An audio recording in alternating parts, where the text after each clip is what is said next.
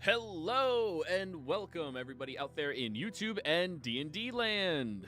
Before we jump back into the action, don't forget to like, comment, and subscribe. All of those things help us out tremendously. If you are interested in supporting our community or joining our community, you can do so by becoming a member here on our YouTube channel or by becoming a member of our Patreon, which is listed down in the description below. We do have open slots available in our games that you can get into through our Patreon. All you have to do is reach out, talk to me about it. I believe Friday early, we have 2 slots available before we start a brand new campaign. And for Saturday early, we have 1 slot available. So be sure to reach out and let me know.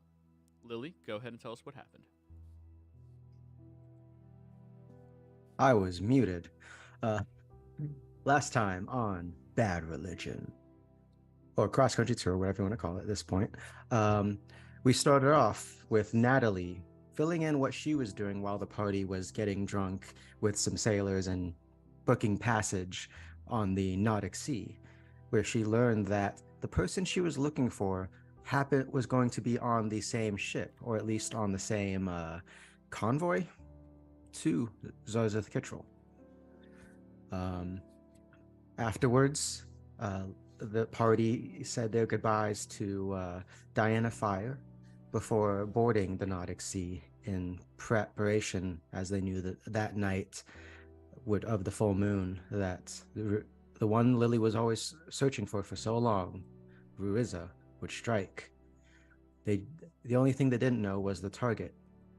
Until they met him, Counselor Debu Nux, who greeted Lily rather warmly and kind of told her how Zarzeth Kittrell had changed from what she had heard before, and how what she had envisioned coming to pass, the changes, was actually becoming a reality.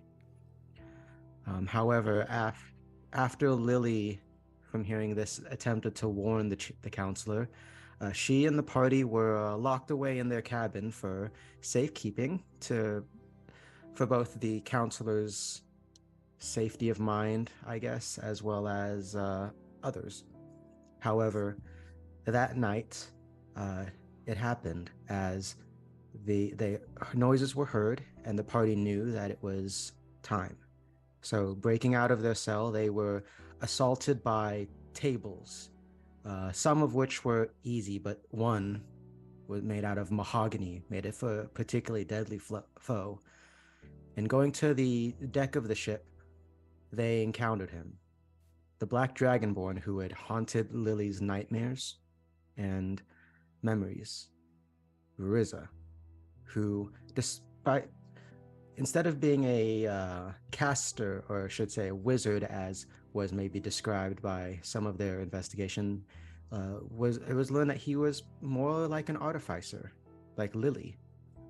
And after a perilous battle where the tables helped him, and the party struggled to get a couple hits on, as well as Lily, incapacitated by her trauma.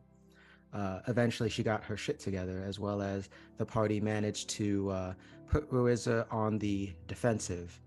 And with the help of Natalie, Lily managed to get the finishing blow on him before he finally perished, and a large weight that had burdened her was lifted. And that is where we left off, as the party stopped the ship from burning down completely, reviving any sailors that were injured and not completely dead, and looting the hell out of the guy's body. Oh, another important thing, during the fight, we met Gorinsky's new character, a mercenary of sorts, who I can't remember the description off the top of my head. A fellow named Jeriel, who was very handy in a fight. So, you all stand there on top of the deck, listening to the yells and screams of the crew that are moving up here, the ones that had survived this encounter as best as they could. You notice a few of them are moving towards you and your family with shackles in hands, but the guard up top is pressing through them, pushing them back, and yelling, barking orders for them to stop trying to apprehend all of you. But all of that seems to be fuzzy, faded out into your perception. You seem to only be able to register what is directly in front of you, the body of Ruiza.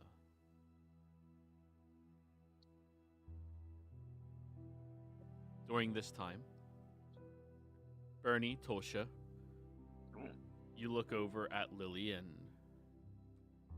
you see her standing over the body, her weapon still bloodied, blood dripping down her arm.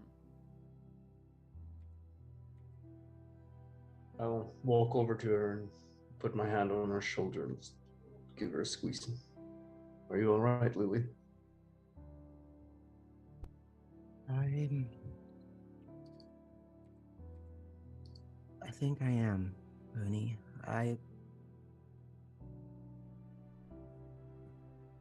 He had a choice to make from what that old man Rurik had told us. He wasn't dead, he was exiled, and he had a choice to make things better.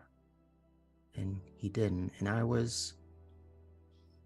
don't think I would have ever forgiven him, but if he had shown that he was trying, I think I would have spared him. But no, he was just an old man, an old racist asshole stuck in the past, trapped there, and we need to look to the future. Indeed. Well, some people cannot be saved, it seems, or don't even want to be. So, well, I'm glad you've been able to reach some sense of closure, right? Yeah, I think I have. It's not going to stop me from getting you back on that one thing, though. But yeah. That's fine. Speaking of saving lives, we should probably help stop some of these fires. Right, exactly. Yeah, I'll go over towards the guard that whose life I saved just moments ago, and stand behind him and just, guys, you can arrest us later if you want, but right now we need to take care of that fire right behind there. And as you say that, a couple of them seem to be getting very pissed off in your direction. You hear whispers from many of these different sailors on the ship. They knew this was going to happen. Why didn't they tell us? Why didn't they stop it from happening? And just all these different rumors spreading, and the guy screams out, "They fucking tried! Shut up! Do your job! We're not arresting anyone." And the crew goes back to work begrudgingly. Is anyone else injured? The guard who was appointed to watching over your room keeps walking past you with a huge blast from the lightning across his stomach. But he is alive, and he seems to be trying to drop a lot of buckets into the water, pull them up in order to start throwing it against the burning ship around you. As this is happening, you see the other ships have already turned around and are moving over towards you all right now. I was about to type it in chat, but Lily does apply some metafoam, aka Cure Wounds, onto that one guard because he's right there and I can see he's half health. And he heals for 12, which is not a lot, but it's nice. It's a good chunk for most people. Mm-hmm. Thank you. No problem. Just leave that on and wash it off in about an hour. Oh, I'll go. I did that in help. the wrong direction. There we go. That's plus 12. I see he's still hurt, so I'll also do a cure wounds on him. You go over, you cast your spell, and By the time one of the ships gets next to you, the fires are almost fully extinguished, but you see that a wave of water has been lifted out from the ocean and has started swirling and maneuvering around the ship. You look over, and there's this draconic individual who's twisting 2 pearls between their fingers as the waves are moving, and it's a strange magic that none of you have experienced firsthand before. I'll go over towards the unknown mercenary that fought alongside us. Hey there. Thanks for the help. Jeez, Oh, that yeah. hurt. Not a problem. You did pretty good there. Seemed to hold your own. I appreciate you helping take down this criminal. He's kind of been fleeing from Zarzith for quite some time. How did you guys know about that? I heard you speaking with the counselor earlier, and that seemed kind of odd. Well, I wasn't really. I didn't know we had. Well, I saw them talking a bit with him, but I wasn't there for that. Well, maybe it's best if we tell the story after things have settled a bit. But yes, we did have some inkling that something might happen here. And as I'm talking, I'm gonna pump some lay on hands into myself and heal for 30, I think. Whew. Good chunk of healing. Yeah. You just watch the wounds on Jeriel's body are like radiating a bright light. They seem to be healing on their own. Oh. Nice. Yeah, so I'm sorry about your you were one of his guards, right? Counselor? Well, yeah, he hired me a short time ago, but didn't, personally know him too well. Knew of him. He was kind of a prominent figure, but seemed like he was a good guy. I mean, it's a shame what happened. I'm not looking forward to reporting this failure. No, I know what that is like, but yeah. I was hoping, yes? You're a part of an adventurers guild? Adventurers Guild? No. We're well, I'm not sure what exactly we are. We're siblings. That's one very true way of putting it, I suppose. We're just trying to do some good in the world, I suppose. As Lily's passing by, were the daddy issues? No, we're not. We're not using that name. It seems like, the name's fine. It seems like you guys can at least hold your own in a fight, and you're all like so different. Just naturally, most people would think, oh, you guys are an adventuring party. Well, I suppose we are sort of, just sort of became that, I guess. So why are you on this ship?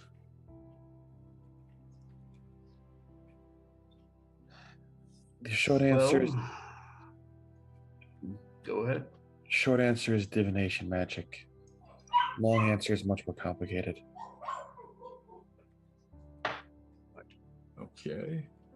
Is that what the floating one does? He points over to Natalie, who's flying still, I assume. Yeah. No, that was divined from me. Well, through methods I have available. Right. That one guard does get a total of 27 points of healing, by the way. Another 27? All right. Suffice to say, we've had to help our sister here, and I nod towards Lily. take care of some personal issues from her past. And he was unfortunately one of them. I nod over towards Ruiz's corpse. Well, whatever your personal issues are, you all are going to have to be explaining this in front of the council. You look over, and the other ship has begun setting up a plank across from it to this one, and there's that same dragonborn who was twirling the pearls between his fingers, who's floating over here very casually. You look over at his jacket, and he has a lot of regalia and symbols that, Bernie, with your experience in the military, you would understand is status within some type of army, but you don't understand their military system in Xhorhas. Juriel, this is the Archhand of the King.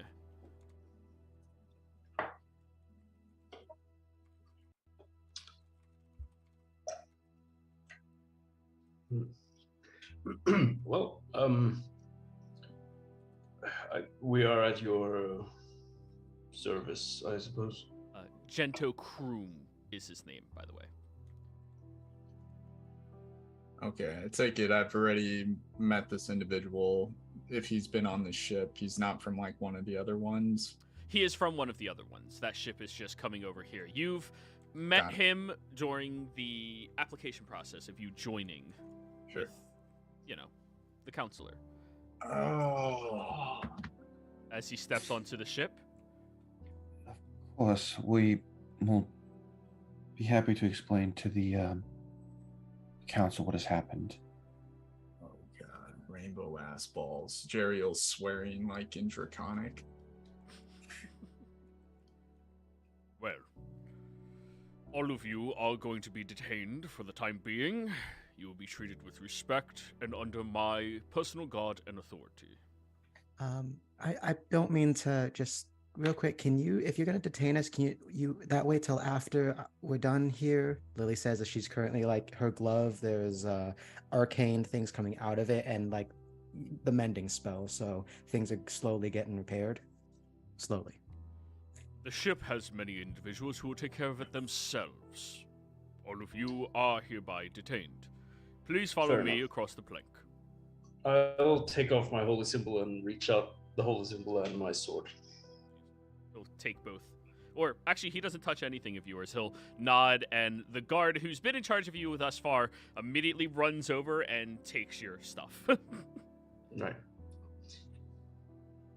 I'll nod at him and glad you're still with us. Thank you. I'll be sure to speak clearly about what you all did. Thanks. I have a question. This didn't happen on the other ships too, right? Was he working alone? There was a magical disruption on my ship. They seemed to animate a few of the objects, but I simply just nullified the magic within the area. Speaking of which, he closes his eyes, concentrates for a moment, and all of your magical everythings are deactivated on all of you. Does that include the bag of holding that has a bunch of things inside of it? Yes, it doesn't spill everything out, it's just you can't access any of it in the other plane. Does that include her voice box? Yes. Everything magical is nullified around him. Lily will like he's trying to talk and stuff and can't, and then she starts signing profusely, and some of it may or may not be appropriate, but it's more just like Miriam would get like, what the hell, that was uncalled for, kind of just that sort of stuff. Well, all of you, follow me now. Fair enough. You're all escorted over to the other ship where, upon reaching the other side, there are multiple guards ready with their shackles reaching out towards you all, but the guard who's been in charge of all of you thus far steps forward. These individuals may be imprisoned, but we can treat them with respect.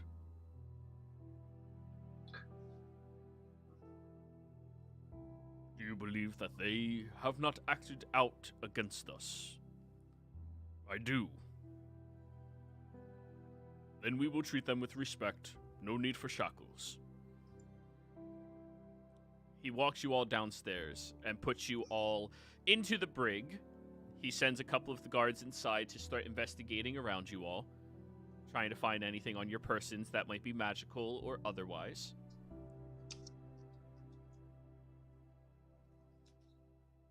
We'll let Wyatt decide that Natalie hides something later. Oh yeah, does Lily have to drag Misty then? Yeah, one of the guards will be picking up and handling Misty. Okay, thank you. He'll look at the contraption. This thing, we are incapable of knowing what it does. Place it inside of a barrel. And one of the guards does that. Gets an empty barrel, places it inside. Then they lock the cage with all of you inside of it. And then the Archhand looks at you all. You all ventured onto our ship last minute. You all wished to go on that one specifically, from what I have heard. And you all knew that this was going to happen. Minus you, Jariel. Oh, good. You do know who I am. All right, great. Yes, I've heard many tales, and because of your status and renown, I am going to grant you freedom from the cell. And he will give you a respectful bow. I'm kind of beat. I'm just gonna relax in here for a bit, but I appreciate it. I would appreciate it if you were at least on hand for some sort of testimony, if that is necessary. If the gods will it. Yes, we did know something was going to happen that through divine means. I'm a cleric, you see, and I was able to ask,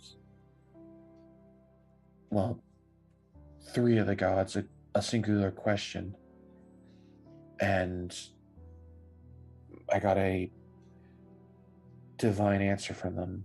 It's not really a prophecy, more of a reading of the fates. We didn't know who it was going to be targeting, at least on the ship. We were only after, well, Ruiza. And this was the best chance we had to end his terror. I am, of course, willing to speak what said divine message was before you and before the council. When we are in the appropriate chambers, back in Zazath Kitrul. Of course. Now, why were you seeking Ruiza? What crimes did he commit against you? He killed her family. I point over at Lily. And she's unable to speak right now because he also... Well... Lily, after, as you're saying that, Bernie, sorry, is taking off the voice box to show the throat. Ah.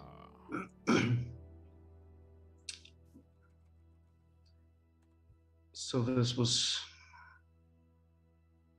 Well, I guess you can call it revenge, but mostly justice. And also closure for our friend here. Our sister, in fact. Nahithi. He'll say, and a few of the guards all nod their heads in unison. He'll look over at you. Those of you that speak Draconic understand Nahithi is a formal way of addressing necessary revenge for my own mental well-being. In draconic culture, it is very common that if you need revenge to put your mind at ease, you are deserving of that.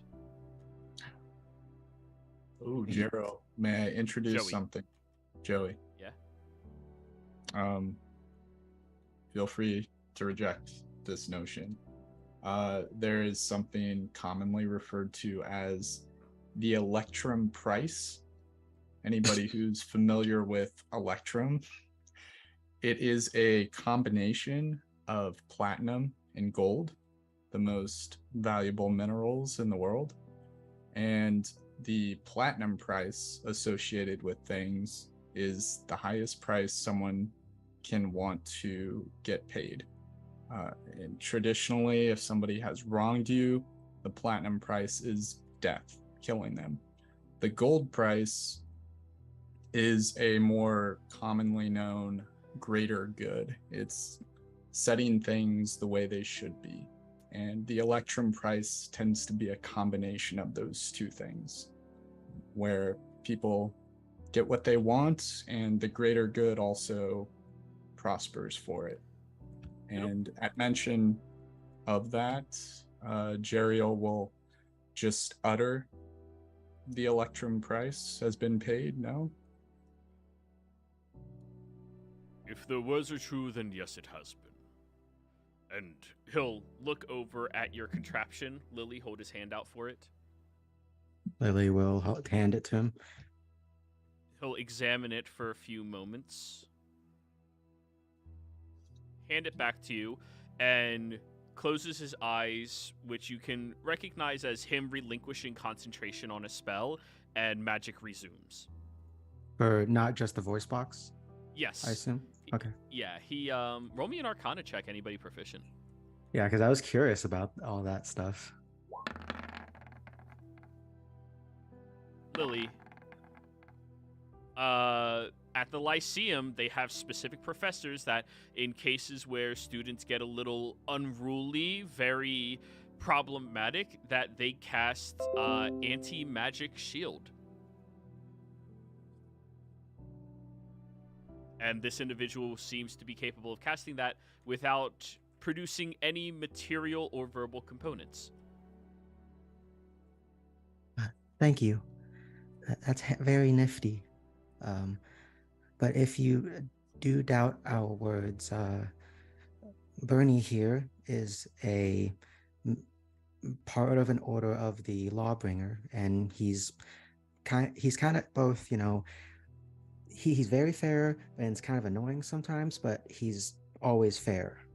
And if you want, he can unbiasedly put up one of those truth-telling circles. What are those called? We have Bernie? our own clergy that are capable of performing that we have trust in.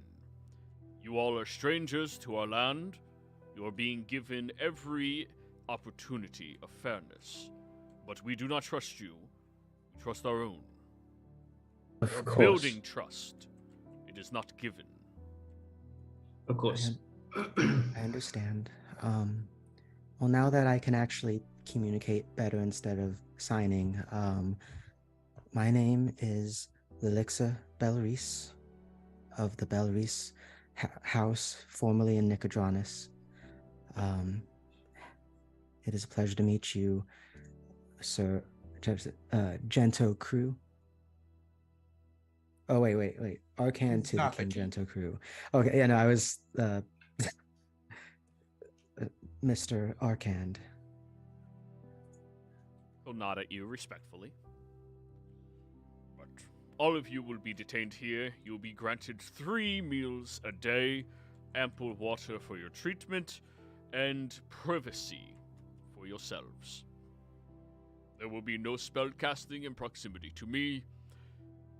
There will be no magical creation within proximity to me. Do you all understand? Understood. Yes, understood. And for what it's worth, I am sorry for the loss of your counselor. I We appreciate your condolences. Can he that man And when she says that, there is that slight venom at it, referring to Riza.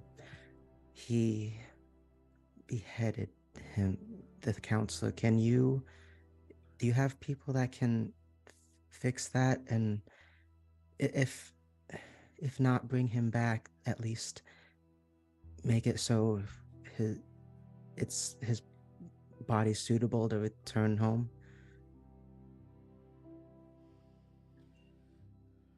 We have individuals that would be able to return the individual home appropriately. As for Ruiza, he was banished from our society. His body will be thrown into the ocean.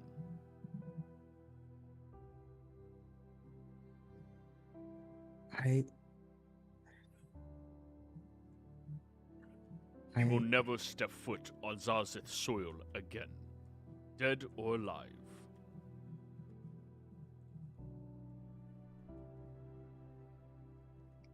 Makes sense. We'll nod and leave you all to your privacy.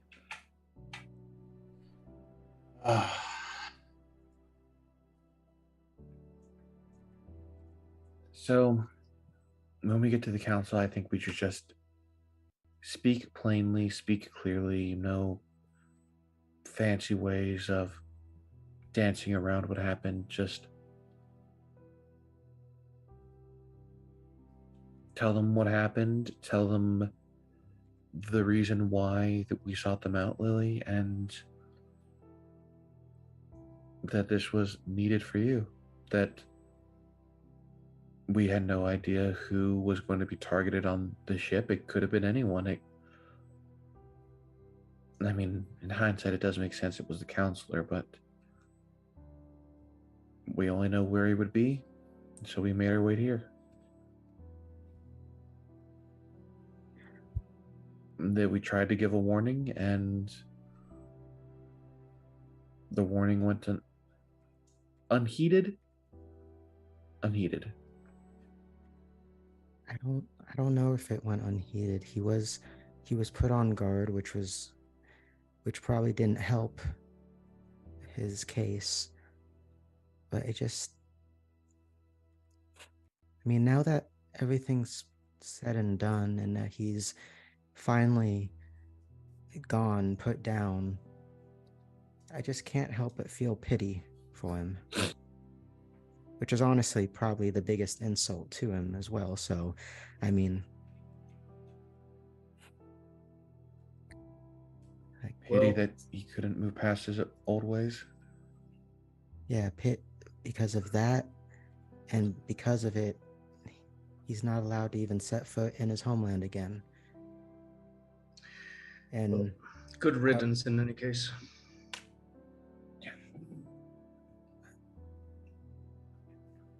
Yeah, it was necessary. It was what was needed, but jeez, just now I need to tinker with something, or else I'm just gonna be thinking about morals and ethics and whatever for this entire trip, and that's gonna bug the shit out of me. Right. Well, you can help repair the chainmail here if you want. Oh, she can't. She doesn't have her tools. Oh, right. Oh, anyway, so I don't have my normal tools either? They were not leaving you with anything. Okay. He is very knowledgeable about magic as an arcane. Okay, fair enough. By the way, it's weird. Like, do you think that if there's that reincarnation thing about past lives, that if we did have past lives and we were together, that we'd be put on a council for something we did? Just like now? Maybe. I don't really believe in past lives. Yeah. We live and then we die and we go to the afterlife. That's how it is. That's a good way to think about it. Although if we did have past lives, if that was a thing, I would hope that I was a total butthole. I'm sure you were, Lily. Yeah. It would explain a lot. I say with a smirk.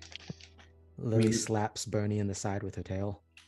Hey, that's uncalled for. I mean, if they were, I'd imagine it maybe it'd be something like reforging in a way of how a sword can become a plow or a plow can become armor, just changed into something new before being put on the world again. Yeah. Still the same material. Oh shoot! I just realized how long is it going to take us to get to Zarzeth Kittrell by ship? Another 3 days. Oh no, that was in character because Lily didn't know. About Days, 3 maybe? days. Wait, 3 days? We're going to be stuck here for 3 days with nothing to do? Oh my Fine, god! Lily. This is We can- torture, Bernie. I'll help you do some stretches and some exercises. No, Lily they're goes to the probably bar. just investigating what's happening before, giving you guys the run of the ship. I wouldn't be too concerned about being stuck in here. I think we're in good hands, and if anything, you can take the time to reflect on what's happened and where we go from here. By the way, who are you again? And she's looking at Jeriel because I don't think Lily and Jeriel were introduced. There's just Bernie and Jeriel, right? Yeah, no, we haven't been introduced either. Never got to it. Nobody has been introduced to him. Oh, go right. My name's Jeriel Higgins. I was in the employ of our departed counselor, Debbie Knox. He hired me and a couple of my friends from our guild to, look after him, and that didn't go too well. Anyway, yeah, I'm actually from Zarzeth Kittrell. We got this short job, and once we get back there, I'm sure things will find a way of settling out. Right. Well, pleasure to make your acquaintance. I'm Bernie. You said you were the daddy somethings, or Daddy issues. That's no. our official quote unquote party name. No, it's not. There's no changing it whatsoever. We don't have an official party name. Which is why it's the daddy issues. No, it's. Damn it. I mean, if you guys aren't an adventuring party, that might be harder to explain, to be honest. We're not going to go on record in some sort of court of law and say that we're the daddy issues. I'm not. No, that's too far. I will, at any opportunity I am given, do such a thing, Bernie. Perhaps I will take care of destroying that voice box of yours, then.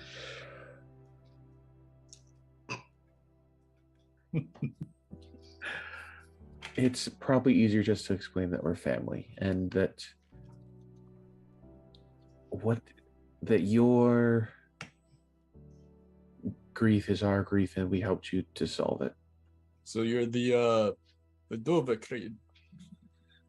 Yes, What's that? Family. Dragonkin family. Family and Dragonkin. Yeah. Right. Yeah, there's even a whole song about that sort of thing in Draconic, if I recall, right?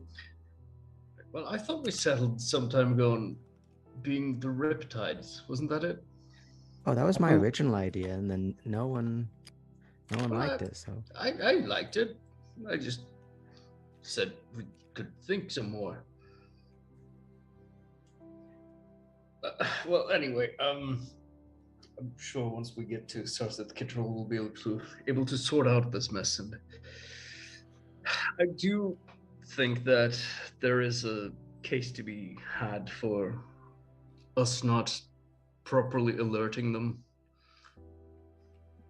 Yeah. As I said before, I do think we have sort of an obligation. I understand you did try to warn the counselor somehow. I mean, I literally told him, hey, we have information that guy who we can't name apparently because he's banished and everything is going to try to kill you. And then I don't want to say he took offense to it, but he definitely suddenly did not trust me or us. I think it's because you said prophecy instead of divination. I mean, it's the same thing. Tora? Kind of, Well- not really. One can be made by anyone, other one is through magic.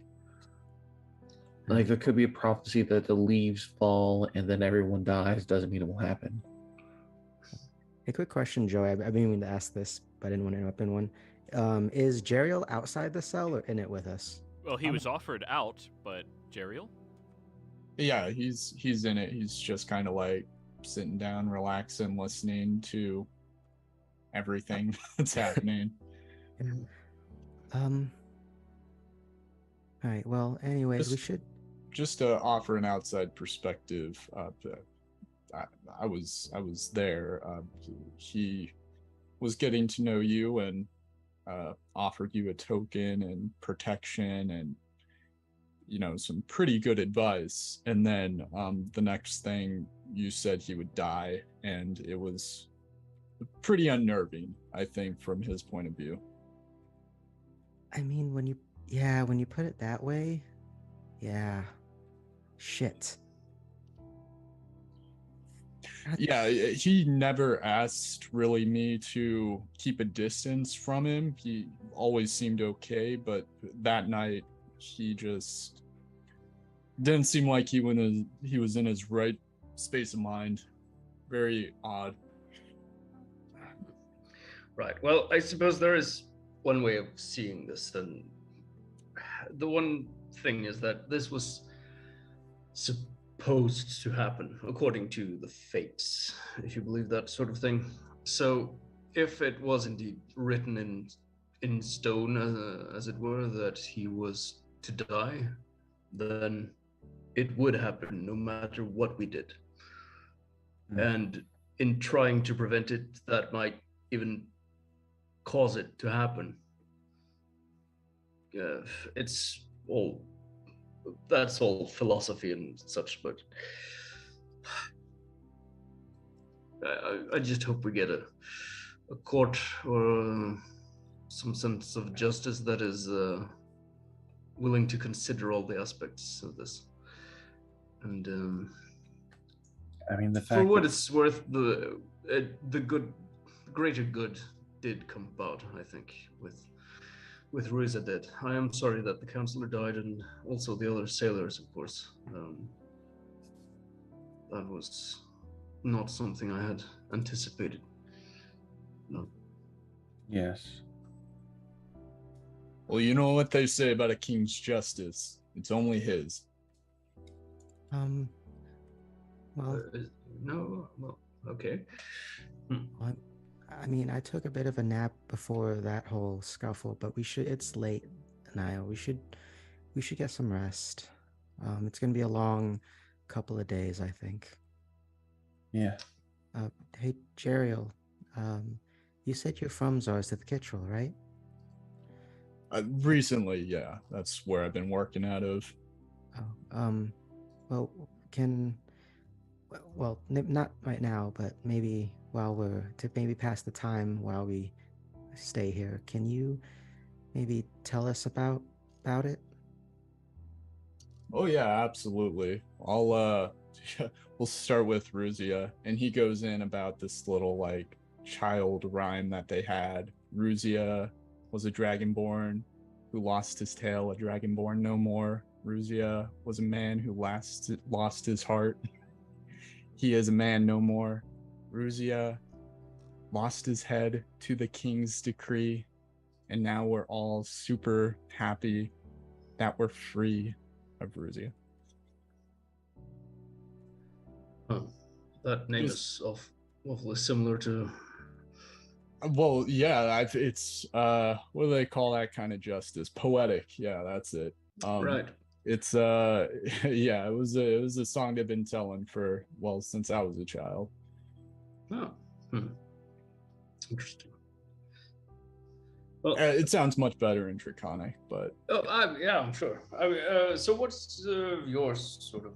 You're a mercenary, right? well, yeah, I mean, not to asking about the city. He'll go into detail, not to prolong things, but just give you an idea of what the city is like and how the king rules, how the council works, and give you a general idea of where he's from, the guild he's a part of, and the work he does there. And then just kind of a brief touch on the Dragonborn within the city, the Ravenites and the Draco blood, and kind of that just briefest of histories. Alrighty. So, do you need me to emphasize on any of that to let you all know what's happening?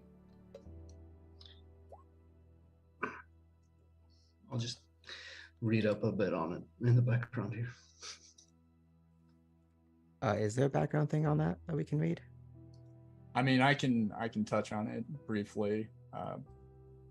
Draco blood originally, were the ones who, it's just that story, and that's about it. The Ravenites now, who are mostly in control, some of them are a bit irate with those who do have tails, but as the counselor touched on, Debbie Knox, people are coming in to be more less. Everybody's enjoying one another's company more and less, likely to antagonize and judge just based off of outward appearances. So there's some sense of unity then, I suppose. Something like that. I mean, it's very easy to separate people, groups of people, just based on how they look, And Zarzith is it's a younger city, younger community, but it comes from old bloodlines, and it's getting past that. It's been getting past that for decades now. Right. Not to pry, but it seems you might be from some old bloodline too, as it were. I'm divine. I'm in Asmar, if you're familiar. Right, yes, I've heard of them. I don't think I've actually met anyone before. It's a pleasure. I mean, I'm kind of just like anybody else, really. Just look a bit different is all, and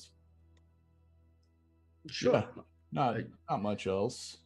No, I sort of where I came from.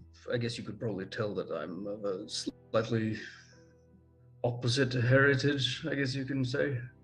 You're a devil. Well, I should hope not, but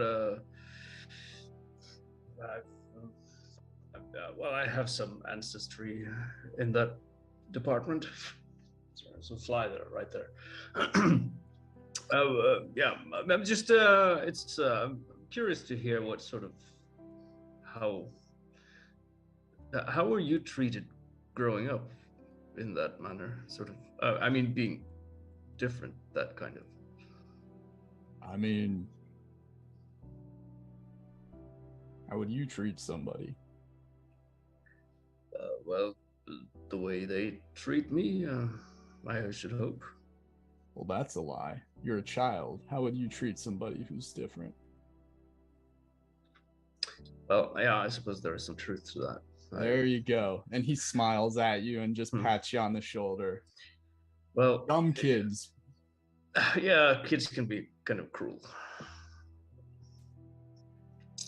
I mean, when people know that you are, when they see horns and,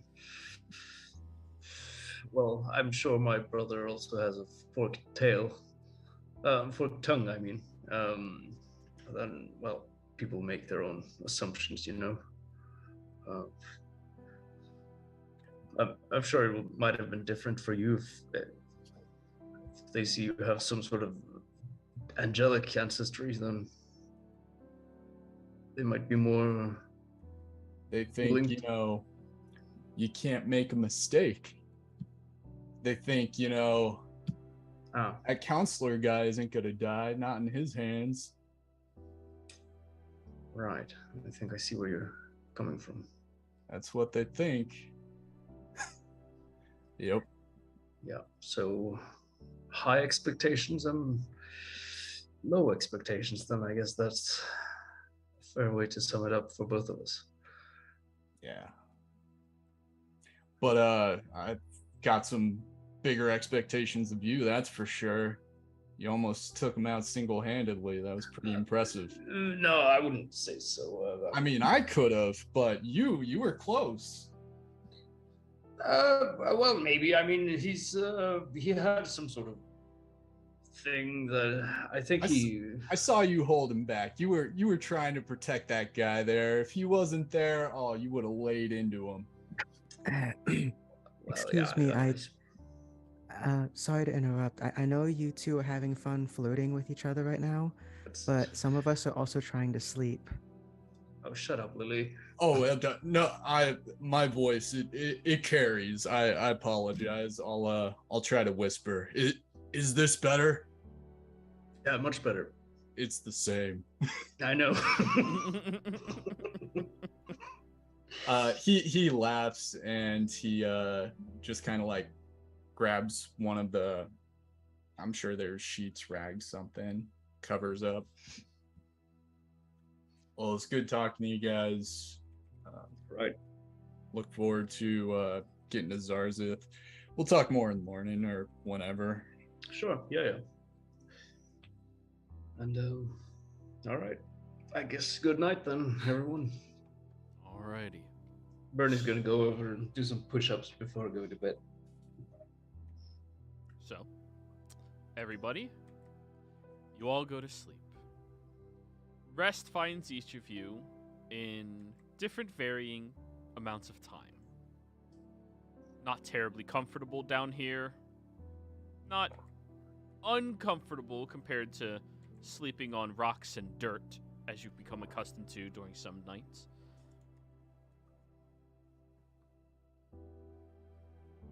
An amount of time passes by that all of you are unsure of.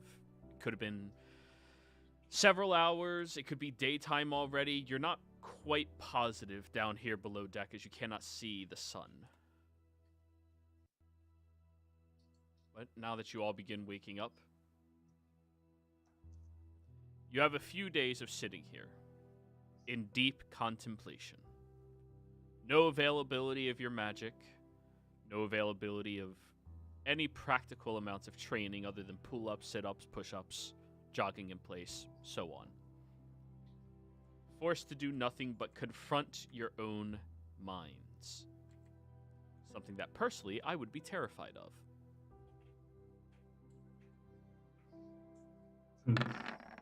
Yeah, no, yeah. You guys can see over the course of the days, eventually Jeriel will like remove his clothes to similar to Bernie, just go through a short regiment every now and then. And he's completely tatted up from neck down to navel, both arms, just stopping at each of his wrists. And it's a myriad of different tattoos. Not myriad tattoos. It's a myriad. You've got names, you've got characterizations of like different people and what look like monsters, creatures. You have like calligraphy and probably one of the most notable ones you see is like this large caricature of what appears to be a silver white or something dragon right on his forearm. No, his bicep, sorry. And it's like smiling with a very teethy grin, and it's got like a huge cigar, a stogie just kicking out of it, and it's also like flexing. You can just see a giant muscle on top of the muscle. I see you've got quite a canvas there, Jeriel. Yeah, it's not quite done yet. He like pulls down his britches a little bit, and you can see it's just bare white. I'm working my way down. A whistling sound Right, kind of comes from Lily's voice box a bit. I see. So how much does that cost? Those tattoos? Is it? Do you I have to mean- pay tit for tat? Hundreds, thousands. Yeah, the back one was pretty expensive there. Right. Right, hundreds. Oh, okay, yeah. I thought for a moment there you said hundreds of thousands. No. Yeah, that would have been. I mean, copper coins, maybe. Yeah, no, a couple hundred gold, like per square footage. It's pretty expensive. I've gone over a couple too. Had a few of them colored in. It takes a lot of time, but it's enjoyable. Out of curiosity, was it a Dragonborn who gave you those tattoos? A few people. I've got one guy in Zarzeth who's been working on most of my stuff, but a few of them were travelers who kind of came in and out. That's where I got my first one anyway. And he shows you right on his left shoulder. There's a name you can see, and it's in Draconic, so Lily can probably read it. And it just says Mary Bell. That's my mother. And then I got Dad right over here. So, I see. Are you like a follower of the Platinum Dragon, then, or like? I mean, I wouldn't say I'm like a follower. He does his thing. I'm just kind of like, I acknowledge him, and he. Right. I try not to profane him. Let's put it that way. Yeah, that's fair. I like this one way more, and he just flexes a couple times. That's a cool one. If he's anything like this, I think we'd get along just fine. But I don't really know him, so it's hard to say you worship something that you've never really met or had a conversation with. You know what I mean? Yeah. Well, yeah. I suppose I see what you mean. But if he is like this, we're gonna get along fine someday. Right. Well, I'm sure he is. We did actually back in Nicodranas, no, in Phelan, or rather before Phelan, we met up with this old paladin of the Platinum Dragon. Yeah, Rurik. He was a really cool guy. Yeah, he seemed to have a slightly different take on the whole. Right. An old guy, right? Yeah. Yeah, old. Looks like he might die any minute. Big ass shield. Yeah. Nice. Also, yeah. I know Rorik. Met him once before. Yeah, we hung out a bit in Zarzeth. Oh, Really? He's a really nice guy. Stick in the mud, hard to pull out, but you get him going, and that guy, he's a character. Yeah. I mean, I'd be lying if I didn't credit him for things probably may have been different here in a way if I didn't meet him first. In a bad way. Yeah. He kind of, I don't know, he's a good guy. He kind of helped put me back on a good path. He didn't give you the prophecy, did he? He wasn't. No. That was someone else. Oh man. Okay, I think I was hopeful. Yeah, he seems to have quite a lifetime of experience. Yeah, he's one of a kind. Yeah. So, do you belong to some kind of similar order, or how? I saw you had a sort of peculiar style of fighting. No, peculiar I to told me, you at least. about the Adventurers Guild. They hired me. Right. That's who my current employer is, at least. So is that an organization in all of the Shorehouse, or just in Sarsthik Control? You've never heard of an Adventurers Guild before? Well, He's heard of him. Well, we have the shits back home. Oh, you're forgetting about your brother's or company. Well, they're running? not. I mean, they're not. They're more They're They're mercenaries. they're up and coming. They're called the Bridge Burners. Don't know why, but Well, yeah, I'm not entirely sure mean, myself. If you guys have never heard of an adventurers guild, I can explain everything, but I just figured, especially given what you all do, you'd be more than. I mean, I can't be the first person that's mistaken you all for that. Well, no, I mean, I'm just. I mean, usually people just call us mercenaries, but we're really like very versatile. Like we can go out on adventures, or we can go kill a monster, which we've done before. We cleared out like this really messed up asylum. Like There you bad go. stuff I happened mean, there. You guys just go around and you like kill evil shit, right? Yeah, and we Yeah. get paid for it. Yeah, exactly. Or you find some stuff that somebody's lost, or some people somebody's lost, and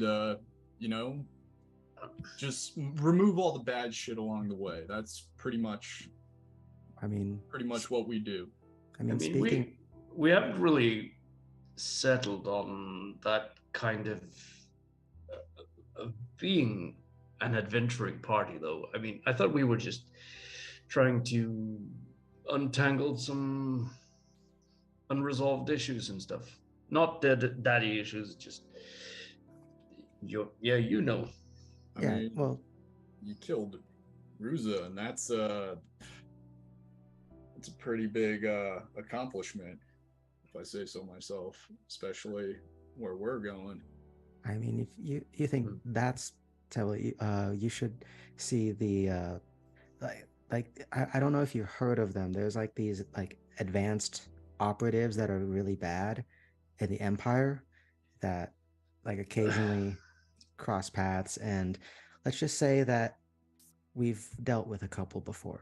Let's not get into too much detail. I'm sure Jeriel her doesn't want to be inadvertently targeted by any sort of. I mean, if we're bragging, brag. No need to hold back. What are Well, we? I mean, it's. I can tell this one's way more modest. Bernie, right? Right. Well, Burren actually, but yeah, you can call me Bernie. Everyone No, does. I like Burn. That sounds way better. Why do you go by Bernie? Well, thanks. I mean, that's. You see, Bernie sort of straightens himself a little bit. That's a very. I mean, no, I mean, I suppose it's just easier to call me Bernie, I guess. But Lily, you were saying like you guys are some hot shit, right? So what kind of people are we talking about? What monsters are you guys slaying over there? But before Lily answers that, as you were saying that to Bernie, Lily leans over to Tolsha and whispers, "Do you want to make a bet to see which one like confesses to the other one?" Lily. Oh, yeah, monsters. Yeah. Yeah. No. Well, we killed this crazy like, was it a Fey thing, corrupted thing? Is what that these experiments from that asylum that I mentioned. And also, if we're bragging, because yeah, we should be safe where we're going from it. Some they're called Volstruckers. Oh yeah, we've everybody in Jorhaus has heard about Volstrike. I mean, they kill people all the time over there. Yeah, and every once in a while they get what's coming to them. It's just kind of the way things work. Well, I mean, so the Kittrell is sort of in open war against the Empire. Then is that it, or how does that? Well, no, not Kittrell itself, but a few of our neighbors, yeah. And you can imagine we've definitely heard from both sides crazy shit that's been going on. Right. Oh, Jeriel, quick, so the adventurers and stuff, like technically we probably fall under that category. And as I mentioned before, we've dealt with like things like Volstruckers before, and actually our count's like what, 3 or 4 now? Oh, I haven't. I've never fought one. I mean, I've just heard stories about them. Well, they are dangerous. Actually, before we got on the ship, they took a friend of ours out. But we have a track record, and actually, would it help our case on this council or whatever if we said that we're there to deal with another? Because that's actually kind of true. Well, that depends. When I mentioned before the King's justice is kind of his, I mean, if they think they can handle it better than you can, they will.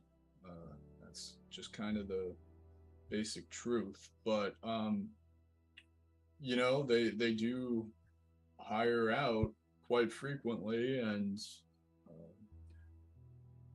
it's probably not a bad idea not holding back.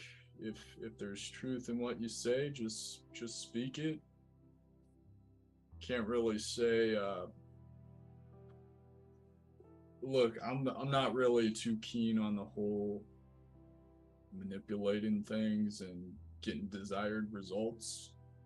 I tend to just punch it and go with the flow. Yeah, that tends to work out best for me most of the time. That's fair. By the way, you keep mentioning before, and even that guy was the Archhand. I didn't know Zarzeth Kittrell had a king.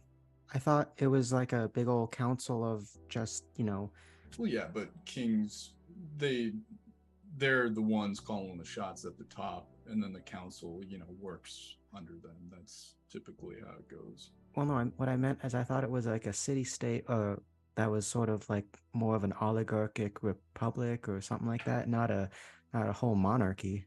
Yeah, it was for a time, but it didn't, just like Draconia, didn't last. Well, I mean, the Draconia was a sort of a kind of kingdom-y thing. At least that's what the stories I was told, and look how that turned out for him. Yeah. So how does this sort of, I'm sorry to interrupt, I'm just curious, how does that, what is it called, the Kryn dynasty? How does that fit into all this? Do they have some sort of alliance or?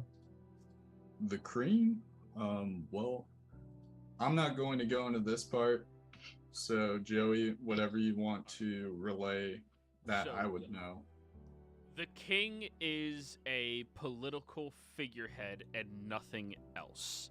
It is appointed because Zarzeth Kittrell is trying to attempt to create a trade and a union between themselves and the Kryn dynasty. And the Kryn dynasty will not speak to an entire council of individuals. They only represent their own council. They need a figurehead at the top to commune with, so they are the person responsible for that conveying. They are the elected official by the people, appointed the title of king in order to do that. Now, Zarzeth has... Yeah? I was going to say, might they be known as another, title like chief diplomat or something, like they are in that capacity of just being recognized as the figurehead? They went with king on this one. Okay. Because they do hold, by the Kryn's standard, they hold a lot of global power within themselves where they can decide, this person needs to be executed, this person needs to be treated like this, I am going to declare this as a law. But within Zarzeth Kittrell itself, Zarzeth Kittrell represents themselves with this figurehead that they elected, and they allow them to go by king, but realistically their power is minute at best. So closer to the English kingdom. Yeah. And the king actually walks through the city very commonly, hangs out with people, pretty chill. Goes to the tavern, gets drunk with some folks. Well, he has a doesn't good get time. drunk, but yeah. So just relay that in relation to the king and the Kryn questions. Yeah. Interesting. Huh. That's weird. And that's also why I never get into politics, or try not to, because, that. Well, I mean, not a lot's really changed. It's they found the Crane to be more of a ally than an adversary. So in that decision, it's just easier to understand and communicate with them. You're all not from, well, obviously not the Empire, but are you from the coast or Tal'Dorei, Exandria, Marquette, Shattered, anywhere? Well, we're from different places. I'm from Tal'Dorei. And, well, Lily, I suppose you are to some extent as well, right? I was born in Nicodranus, but after Ruriza killed my family and stuff, I was adopted, and that my adopted family lived in Tal'Dorei. I was raised in Tal'Dorei, but it's I was born in Tal'Dorei, though my grandmother was from Xhorhas.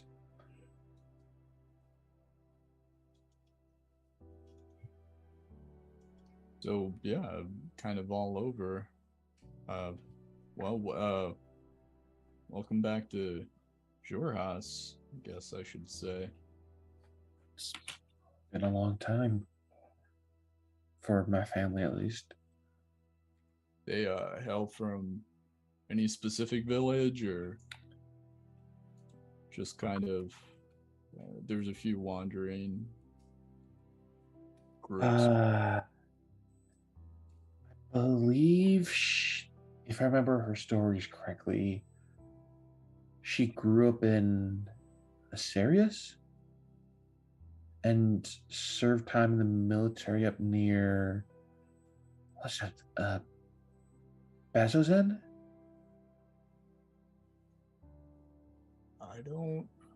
Sorry, I've only been around South Xhorhas, and I'm not really familiar with those areas. Yeah, I believe those are northern Xhorhas. Well, if this isn't too forward about this, if after this council business, if it doesn't end up terrible for us in whatever capacity, do you want to join us? Because we get around. I mean, you guys, so you just go around and like fight evil and that sort of thing, right? Basically, yes. Kill monsters, and I do think we sort of need to, not to sort of get in the way of And get paid doing it. Joining up with us in any way, Gerald, if you want to. That's fine with me, of course. I just think we do need to have some sort of idea of, well, what exactly is it we're trying to do? Because I have obligations back home. Oh well, I guess for now I'm suspended for a while. So you mean those outlying obligations that we are slowly progressing through by, dealing with other things along the way? Okay, getting paid for it? So you guys belong to another adventuring guild right now? Because no, not quite. I mean, no, Bernie here's just the paladin of an order of law-bearing people. You're a soldier? Well, yeah, I suppose. Although I'm not on active duty right now. I mean, I'm an archaeologist and a cleric. Right. Well, I mean, more work is always good. We can pay you as well, especially since one of the areas we need to head towards is the Eyes of the Lake. I think I will definitely take that under serious consideration. I don't know what the guild is going to think of when I get back, but I'll have a quick talk with them and probably, I think I can take you up on that offer, and if I'm not meant to, well then I'm sure fate will intervene, right? Maybe. I don't know. I think we decide we make our own choices, which makes our own fate.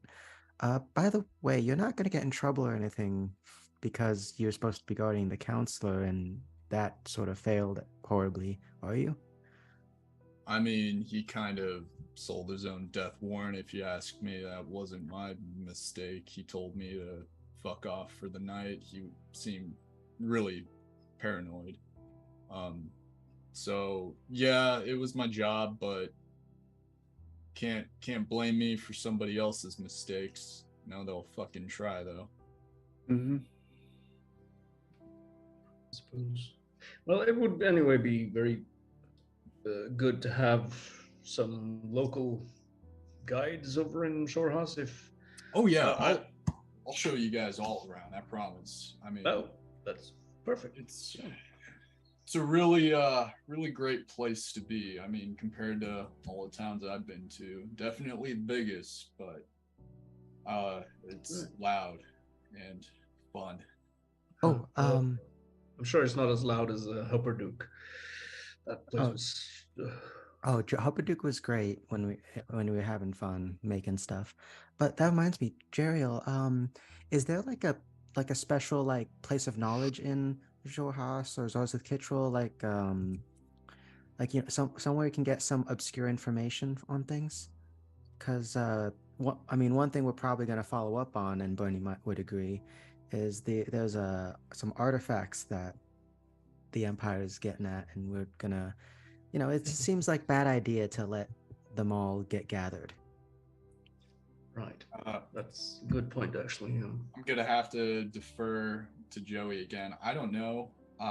If Jeriel would be interested in that stuff if it was brought up, or if it would be public enough knowledge. But if it is,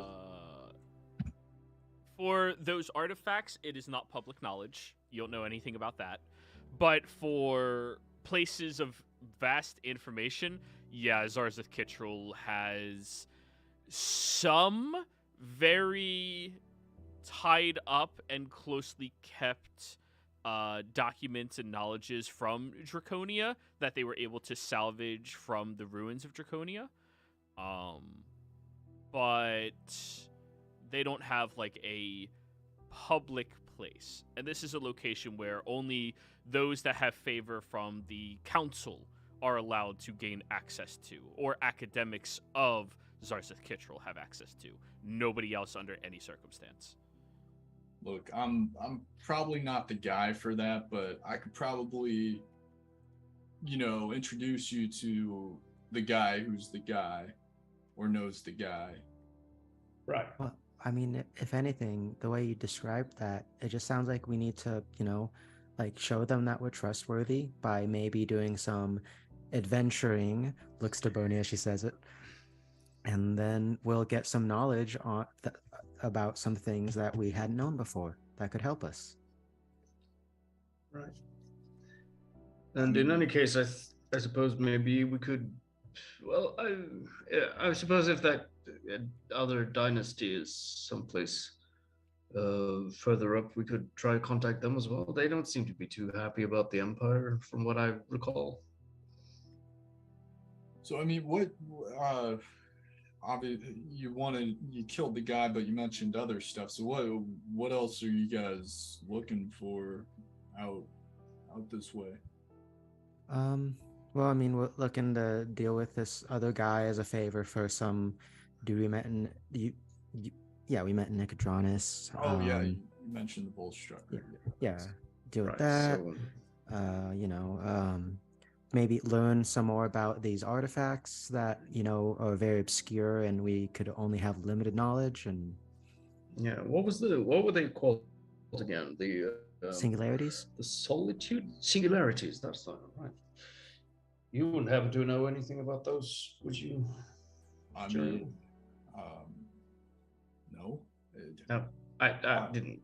Are they like just kind of super powerful, destructive? Are they like ancient evil devices? What They're quite ancient. They're from Aor.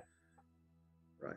Are they good? Are they bad? What are They're neither. That depends on the user. from what I know. Yeah, like remember that asylum I mentioned? Like That- a sword is a sword or an axe is an axe. It depends on who's wielding it. If it's used for good or good for evil. There's been some fucking evil swords out there, Oh yeah, Well, that's true. True. right? I wouldn't know, but in this case though, like for example, when that asylum I mentioned, the head doctor guy who was doing messed up things there was using that singularity thing, and actually now that I remember, Bernie, remember we found no, you weren't there. We've you s- encountered 2 and there's 6. No, but remember when we were looking through that man's his bedroom or whatever at the asylum, there was the Johasian guard spider. Yes. You guys said this doctor was using one of these things on these experiments, and they were like monster things you guys had to kill, right? Yeah, Yes. Sounds fucking evil. But at the same Yeah. time, you could use it to basically create anything. So you could make an elixir that cures all diseases. It all depends on the purpose of it, of the person wielding it. Oh, let me draw you a picture of the monsters now that this is Okay. working. It was a Jorhasian god spider. Okay.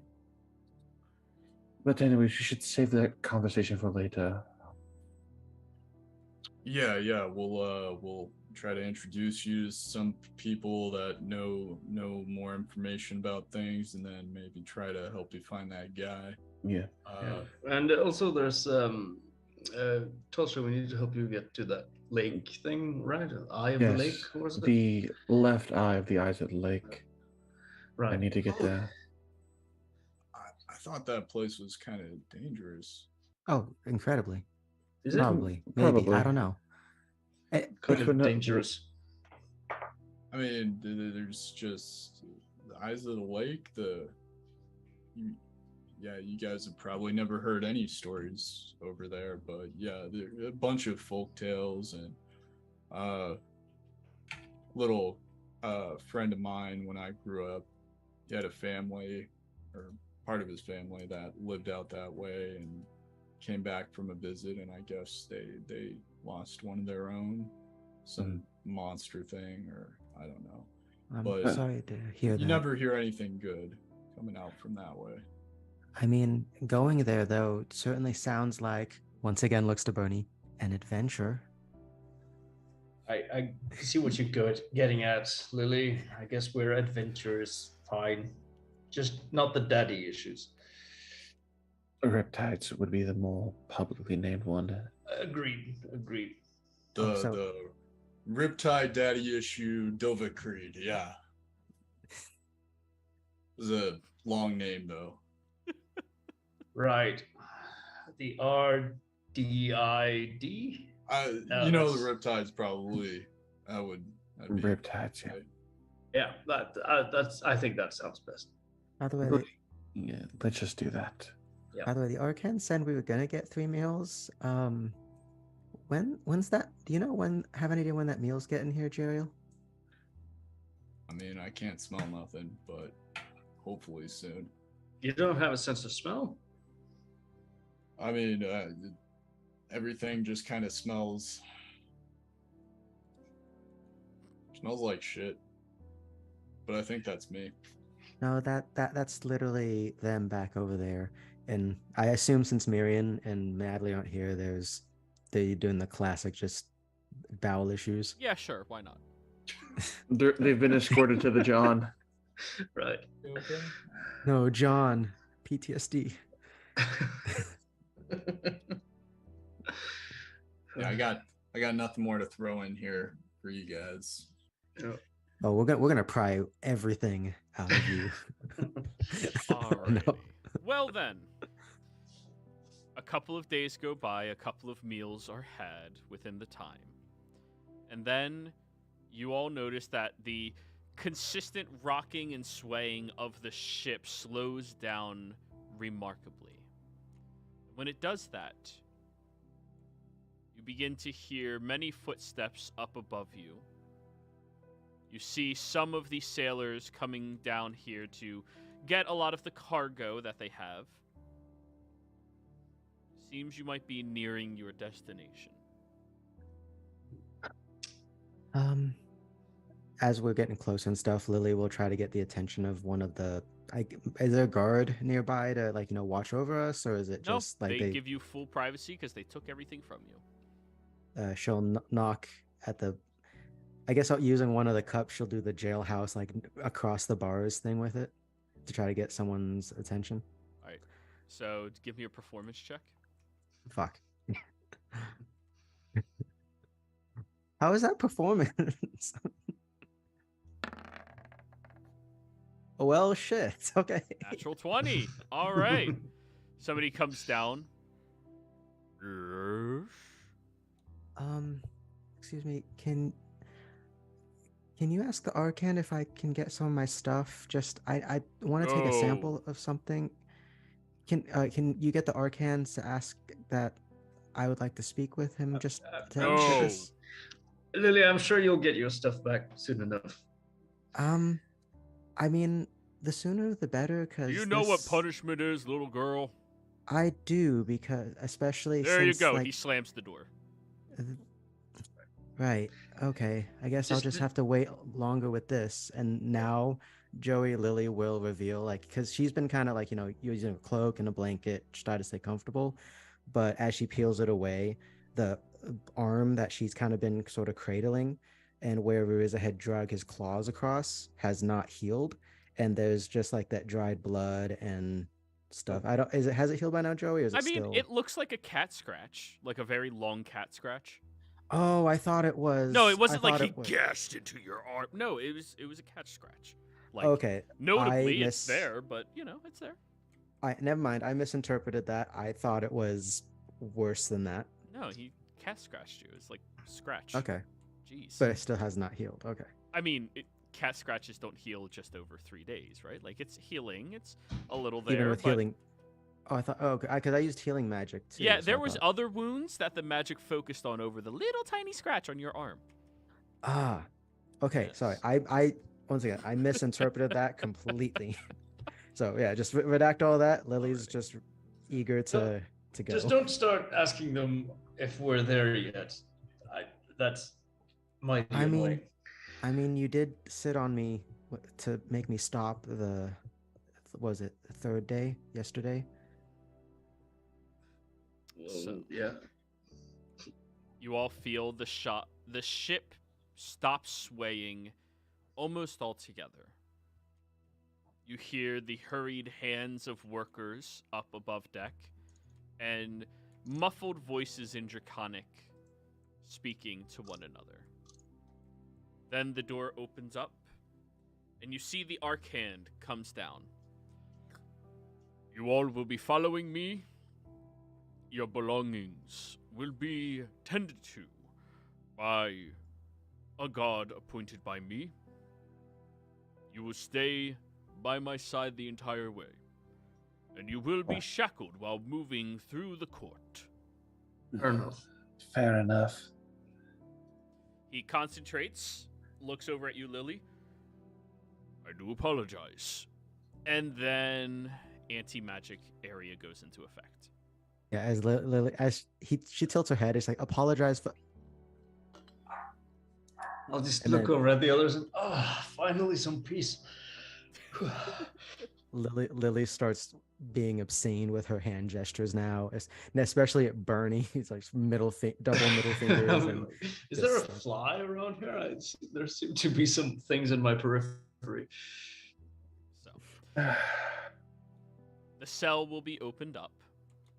Shackles will be placed on each of you, and you would be each tied to one another. The first person out will have to be Lily. The second person out, they will instruct Miriam. The third person, Bernie. The fourth person, Tosha. The fifth person will be Natalie. And the sixth will be Jeriel. They're not shackling me, are they? No. Okay. But you are being asked to come along. Yeah. You just chose to hang out in the jail cell with all of them. That's why they didn't need to appoint a guard. He's a team player, guys. Keep that in It's mind. better than the alternative. Let's say that. Yeah. Yeah. Working on deck? No. Getting blames looks of blame from all of the Dragonborn. So, all of you are being escorted out onto the docks. Looking out. Where is it? There it is.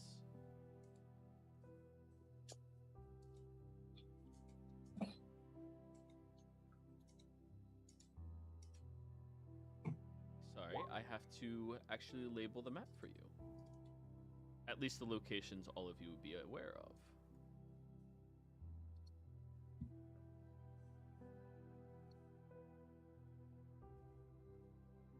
There we go.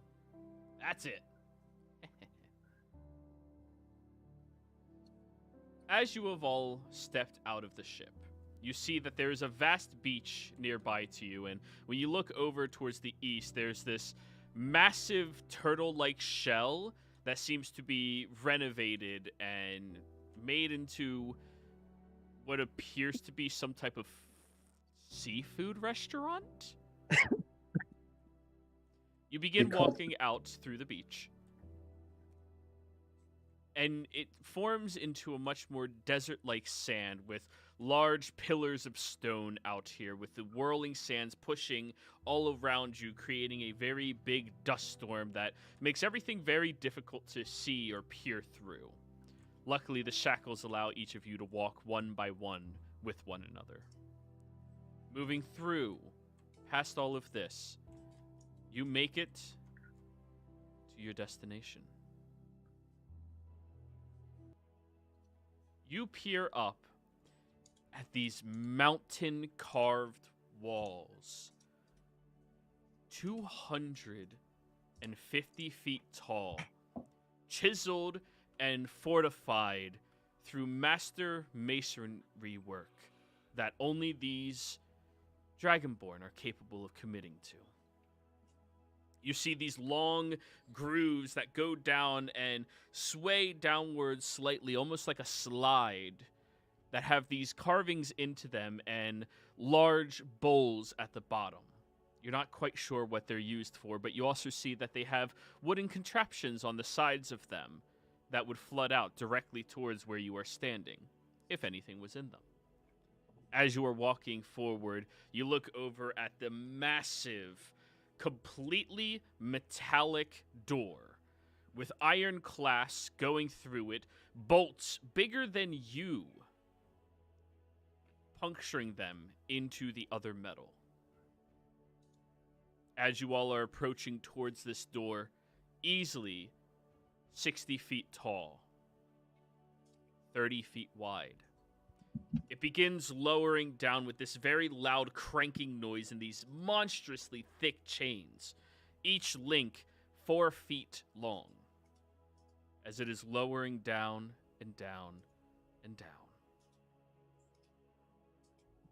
You peer forward at a city that on the surface looks crudely constructed out of stone rocks, just shaped and chiseled through to allow people to dwell in them like cavemen.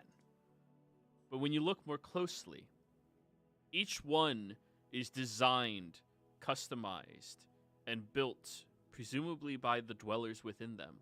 Some of them 2 stories tall, made completely out of stone, others single story. The rock that you are walking across persists on the bottom, the ground that you are walking through. Smooth as anything you've ever touched, especially for a stone. And you look around the city, 97% Dragonborn, a few other individuals trickling throughout it. You see large banners being draped between houses. You hear the sounds of laughter emanating from certain homes and hovels. Even the smell of incredibly spicy meats being grilled, wafting through the air. Very large population out here, too. This is presumably one of the larger cities any of you have been in. One of, at least. Oh. As you are walking across the door into the threshold of this city, you are met by 30 Draco Knights wielding massive lances and kite shields. The Archhand has each of them salute towards him as he is marching through. And you see 5 soldiers carrying a casket made completely out of marble. The Draco Knights look over, and the Archhand looks back at you all. These individuals are to be detained until we get a proper seating with the council. Please escort them. Level 2 security necessary. The Draco Knights immediately stand straight at an attention, come over to each of you, grab onto your chains, and begin escorting you through.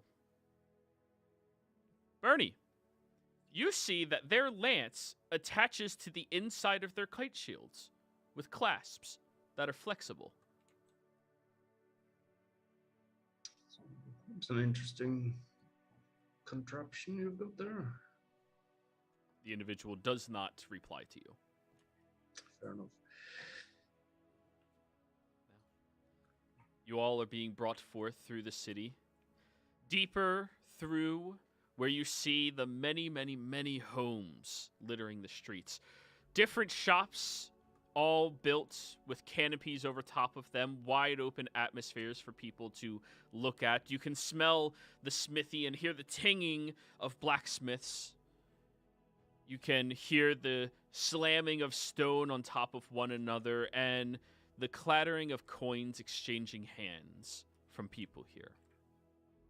As you are being escorted through, you all see one of the most beautifully constructed buildings of your lives. A large, circular, Colosseum-esque structure that has stone-carved walls with windows all throughout it.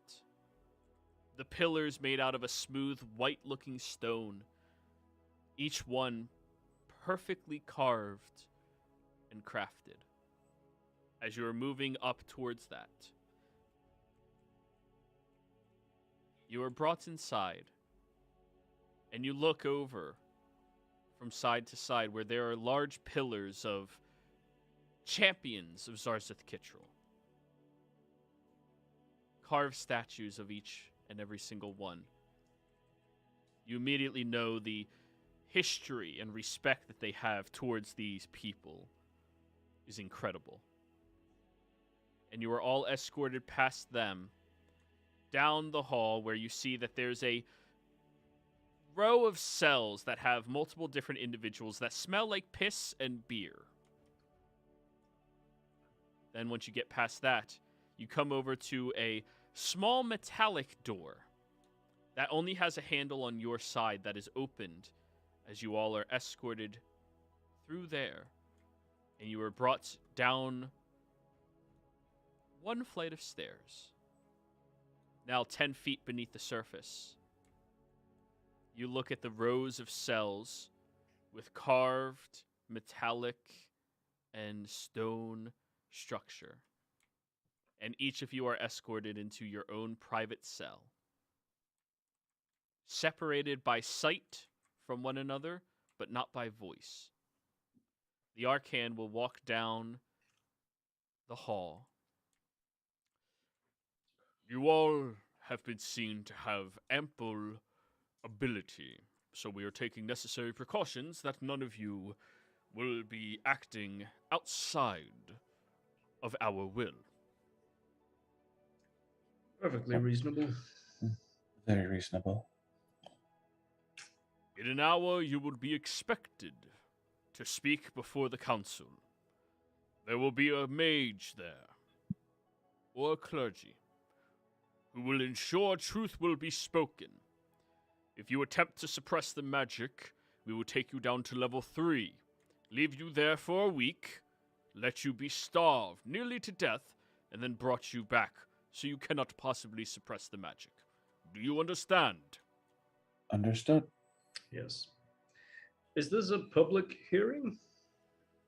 It will not be.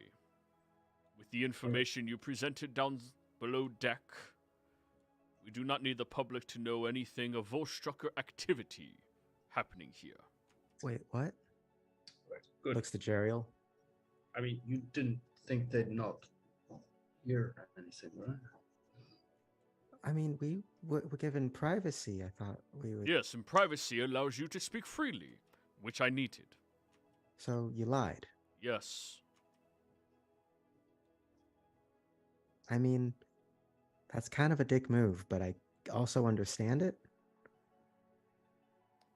Well, you will be expected to speak freely. Do not suppress the magic, or else 1 week. Of course. Very well. Your belongings will be kept in a separate building. I will not disclose the location to any of you. Fair enough. If the council deems, we will be investigating your belongings personally. I have already looked in your one bag, and your skeletons are currently disabled. Remember, if he does not cast that every single night, they get their own minds.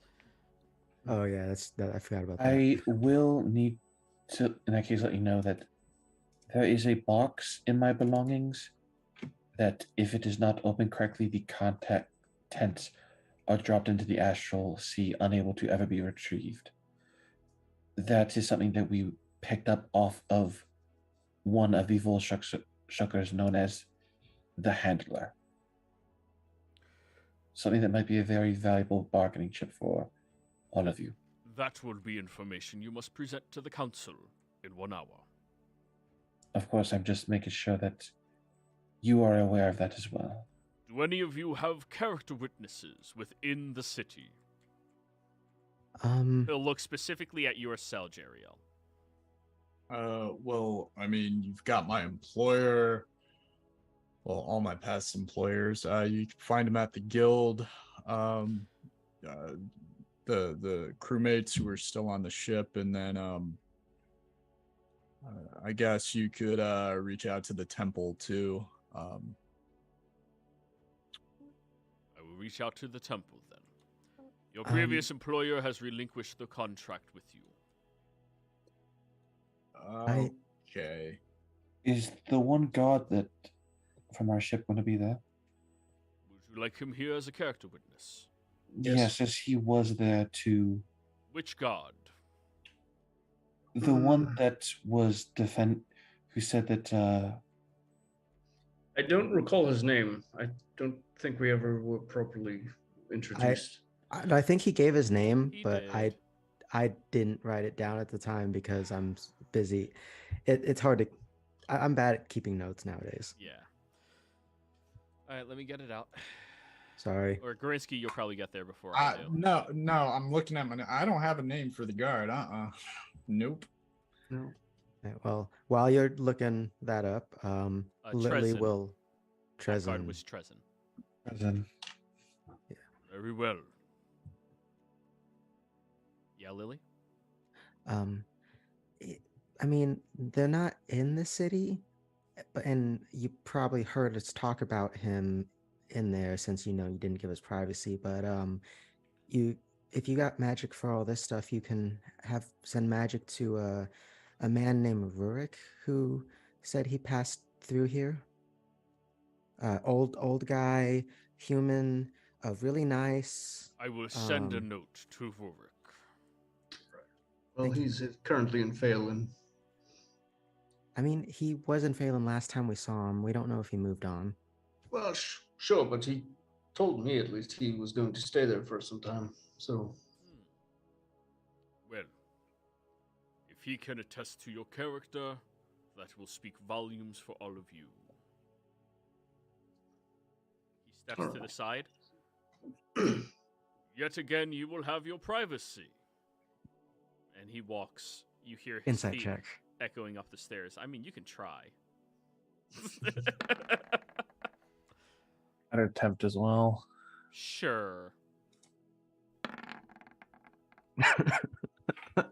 Neither of you think that he'll probably actually give you privacy.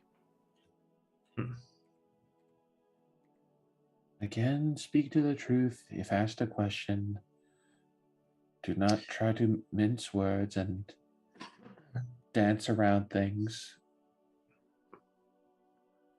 Just, even if it's embarrassing, just say it. And this goes for you too, Lily.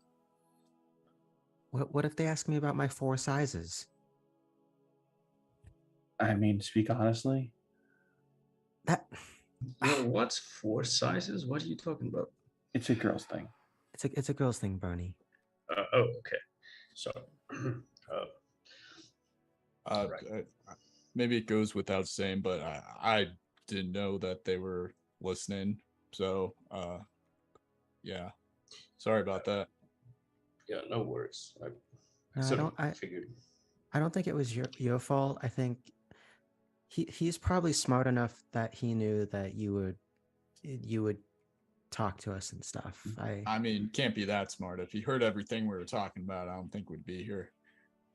Well, no, I mean, I think it's sort of the whole precautionary stuff. I would like to think he's on our side, but I'm also going to assume he's not, because it's safer to, be prepared for the worst, but hope for the best. Natalie will call out, if you are listening, I need someone as a character witness. He came in off the ship. He's a noble. Well, Celezo. Thank you. Oh, shoot. Yeah, Nat, you... Yeah, he's not Sorry, here to Natalie. do it, so I'll just have her. I wasn't going to remind anybody. It's been a long time fucking coming, so I just have to. I remembered at the beginning of the session, and then I completely forgot because of the talking. Yep. And with all of you here waiting for your trial, I think this is where we're going to go ahead and take our break, everybody. We'll be right back. Oh, man. Back on trial for something that we...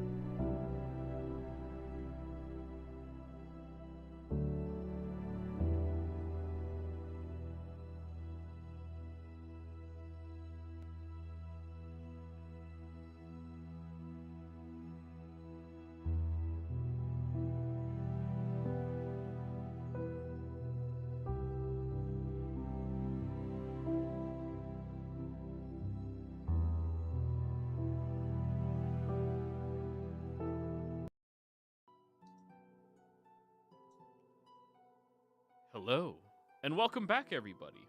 Before we jump in the action, don't forget, like, comment, subscribe. All those things help us out tremendously. If you're interested in supporting our community a little bit further, consider becoming a member here on our YouTube channel. Memberships start at just $2 a month and gains you access to some really cool emotes. If you're interested in joining our community, we do have open slots available in our Friday early game that we are going to be starting a brand new campaign for, and our Saturday early game. One slot available in that one. Be sure to reach out to me and let me know. Where last we had left off, the party had been brought forth into Zarzith Kittrell as captured, I don't want to say prisoners, but you know your prisoners, in order to ensure the safety of everybody here so that the council can decide what the hell happened on that ship after you blurted out, "I just know that you're going to die tonight." And then the man mysteriously died. You were all given the opportunity to have privacy for 1 more hour, learning just before that you didn't actually have privacy the previous time when you thought you did. These individuals just wanted to make you feel safe and secure, so you would relinquish information freely. Now, you all sit in your cells for an hour, contemplating what it is you're going to say. Not quite sure the consequences of anything, really, for what you did. Not like you're actually morally at fault for what you did. You tried to do your best, but maybe that wasn't the right way to go about it. Maybe something else. It's difficult to understand. So, the hour goes by. Your cells are opened up. Shackles are placed onto each of you, no longer locked to one another. And you are all escorted out. You go past the drunk cells, down the opposite hallway in this circular coliseum. Once you walk down that hallway, you notice that there are open rooms and chambers of individuals that seem to be working right now in some type of government official way. Once you get to the far end of the left-hand side, you are brought forth into a chamber. Stepping through the archway leaves you all blinded for a few moments with an arcanely bright light that just makes it so uncomfortable for all of you. Once you begin to come back to your proper orientation, stepping through, you see that you are standing in the center of this building. Incredibly large, wide open coliseum that could be a fighting grounds for gladiators. You're all escorted to separate podiums towards the outer rim, separating each of you by 80 feet. Once you're all brought to your appropriate podiums, the shackles on your wrists, other than for Joriel, are attached to a shackle on the podium. If any of you were curious to shift it and feel how heavy it is, none of you are capable of moving it. Once you're all positioned there, you watch as far on the far side of this area, 10 individuals step out. Despite the proper way that they are being treated, their attire is completely different. These individuals seem like they were interrupted while working hard, everyday jobs. Some of them look to be high-standing guards. Some look to be blacksmiths. Some look to be merchants. One of them a clergy member. As you are all being watching them walk to the center, they begin speaking to one another and are handed a large scroll, which they start looking at, whispering to one another, looking and pointing at individuals of you around here. One of them clears their throat. A black-scaled dragonborn.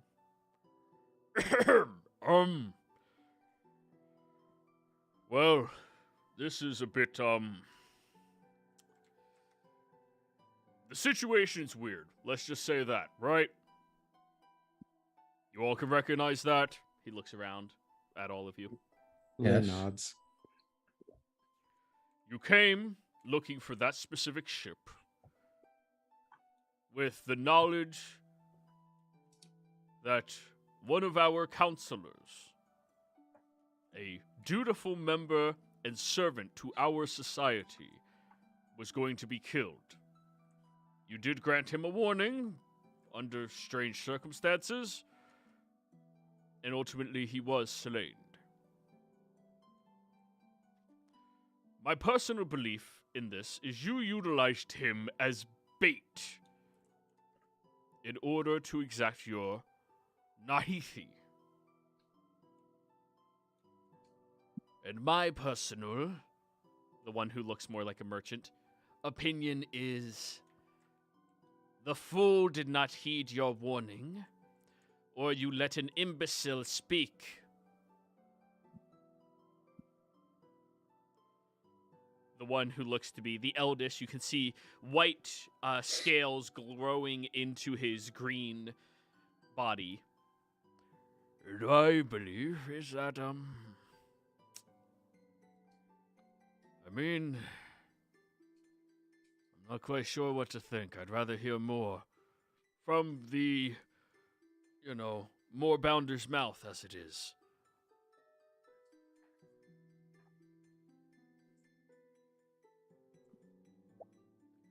You all are permitted to speak in turn, justifying your actions, explaining the situation. And if deemed that you were acting out towards a Nahiti, and you did not utilize him as bait, you will be allowed to go free. If deemed that you did act out in that manner, and did utilize him for bait, there will be a cost of gold for what you have done. And we will allow his family to decide if they themselves wish Nahithi. And if we find out that you were acting out of malice, and all of this was a ruse, you will be executed here by us. Do you all understand your circumstance? Yes. Yes. Then you may Yes. speak. I look over at the others and Raise your Okay. gauntlet. Whoever wished to go first. so Lily just no, she lowered her hand. Okay, I'll Oh. raise my gauntlet then. I'll raise Lily mine up. Lily raised her hand when she heard something about a moorbounder because she's curious what that was. But then she lowered it because, yeah, other things. Right. Well, to start off with, my name is Baron Cragless. I am currently on leave from the Iron Oath Order. I am a sworn paladin of the Lawbearer, and I swear to tell the truth, as far as my understanding of it is. Very good. Our right. mage will conduct their spell. You look behind you as you don't know where the fuck this person came from. And they begin casting Zone of Truth. Do you try to suppress it, Bernie? Nope. Alrighty. As soon as the magic goes off, the mage nods their head towards the council, who nods back. Right. So, well, the specific reason why we went onto the ship, as you already know, was that we wanted to apprehend or confront this Ruiza person, which was in order to help our adopted sister, I should say, Lily here, get her justice and her Nahithi. Is that the word? Sorry if my pronunciation is a bit unkempt. Or well, anyway. Nahithi. What you said sounded like a fun activity for this weekend. Right. Okay. Sorry, I will try to. Lily, it was badminton, by the way, just so you're aware.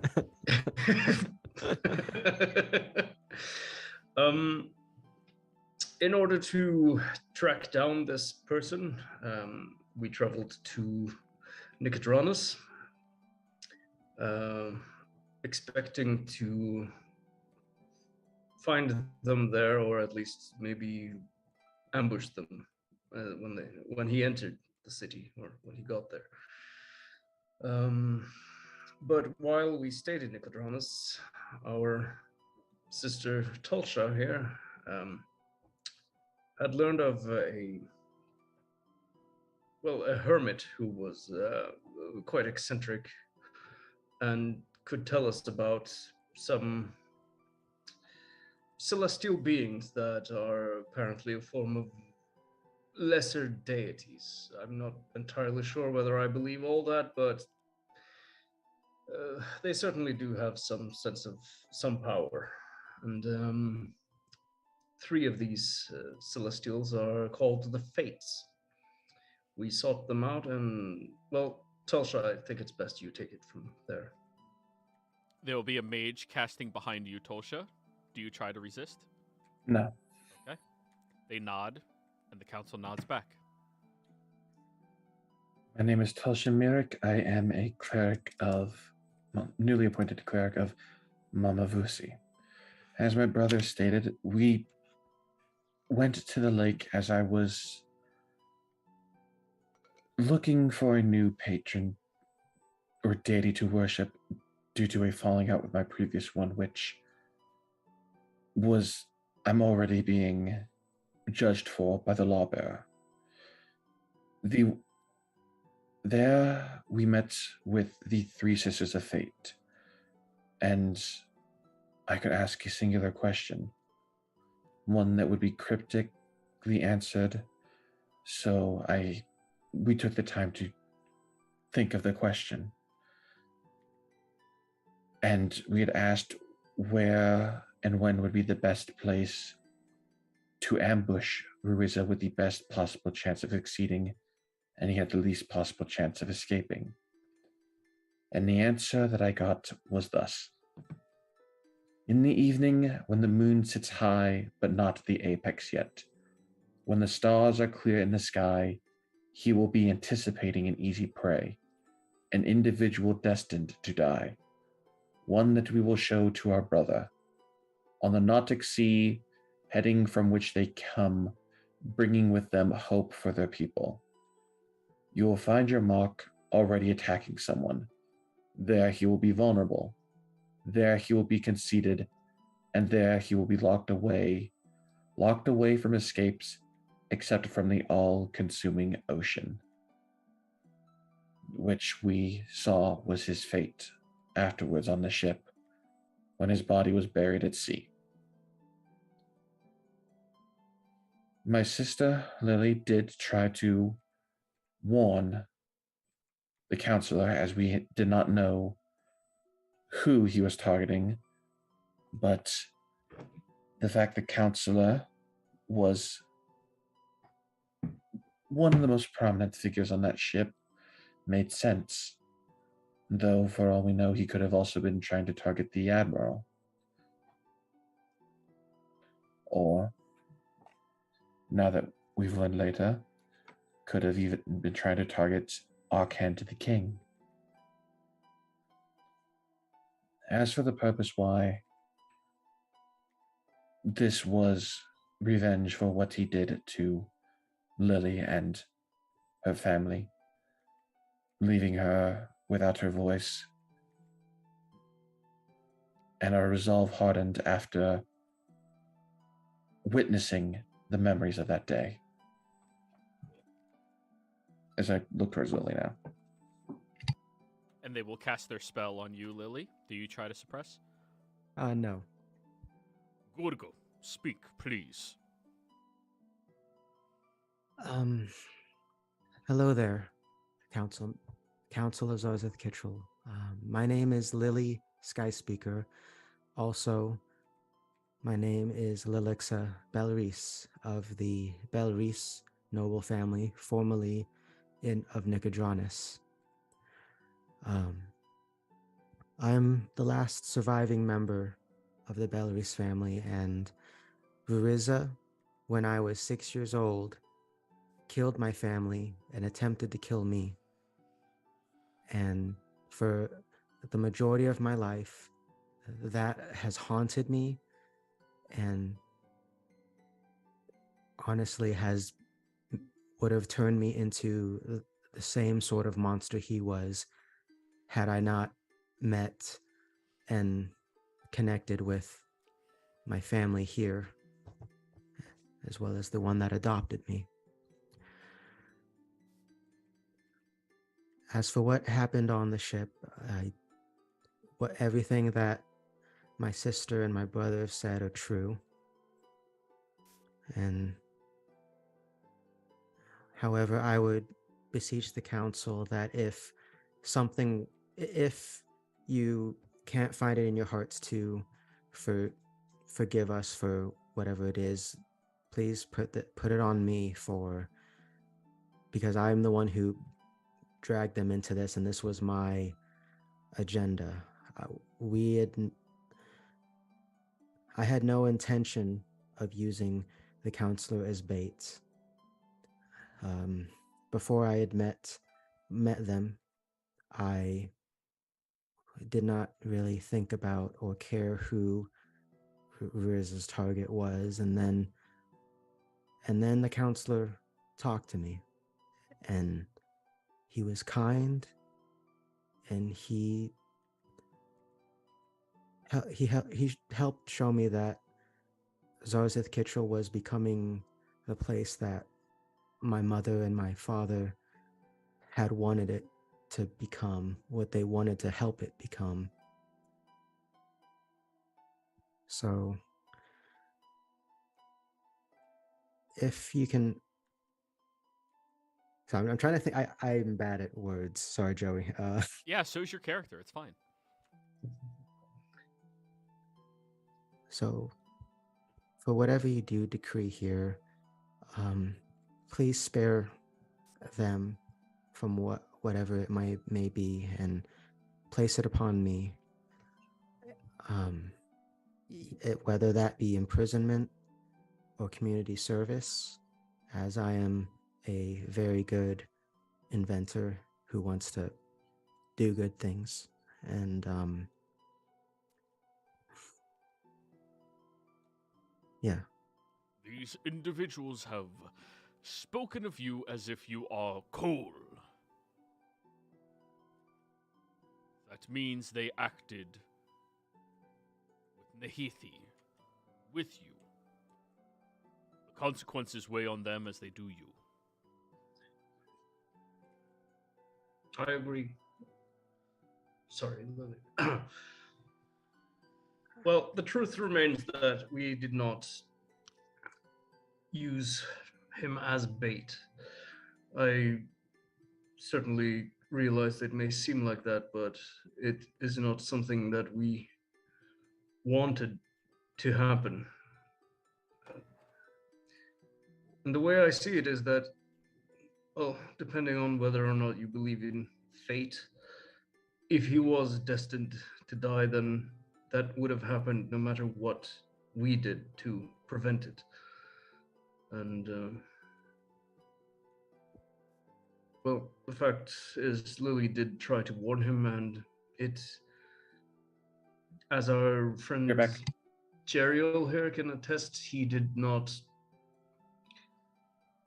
Well, why don't you say it, Jeriel? Jeriel, are you trying to suppress the magic from the mage behind you? No. Okay, then it goes off. Nod, nod. Yes, Jeriel, please. Your nature carries some weight here in our city. Yeah, of course. It's it's my. I turn and I look at the mage.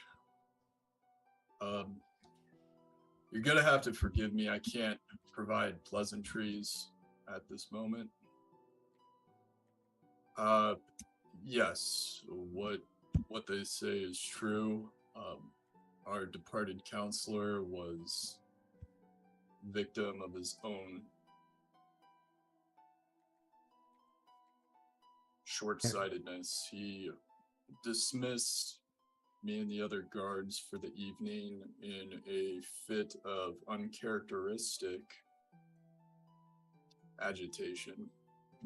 He seemed to be quite bothered by what was said and wanted us to keep an eye on those who had sat with him previously. I didn't exactly want to leave him, so I kind of split the difference and tried keeping track of both parties. Unfortunately, that didn't really play out the way we would all hope. Was their warning adequate?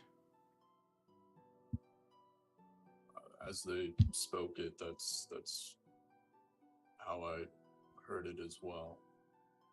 Did it not strike you as obscene? As far as prophecies, divination goes, it was nothing outside of that realm of possibility, so I really gave it no further mind. Either they could have been ill in the head or touched by some divination. I didn't rightly know. I will want to add that my my sister here isn't always the best at formulating her sentences or her intentions. Just say I'm bad at speaking, Bernie. So Well, you I said was it right. yourself, so- You allowed an imbecile to speak up. Do not disrespect the Belarus! Lily looks at whoever said that. The old man.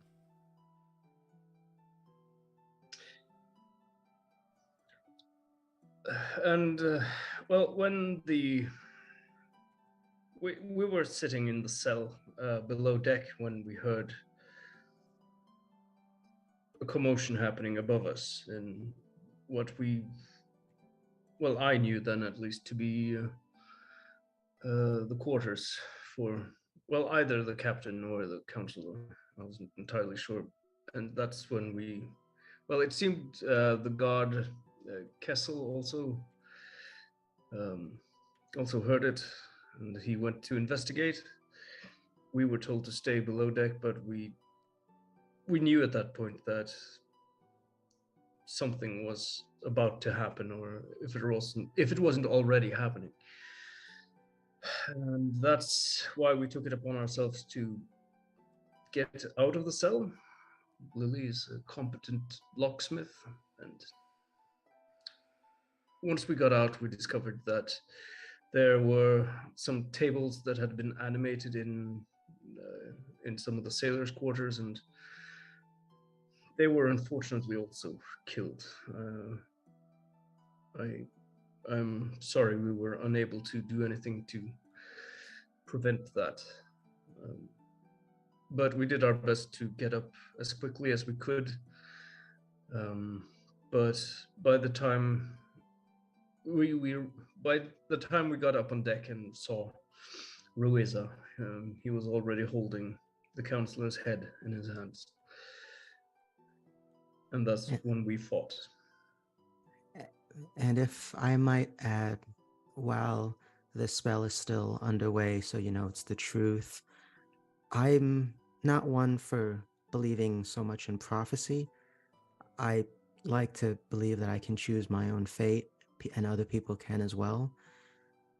But even then, I was prepared that if we were too late, that maybe we might be able to bring the counselor back using a diamond and such. But then we did see that he was beheaded.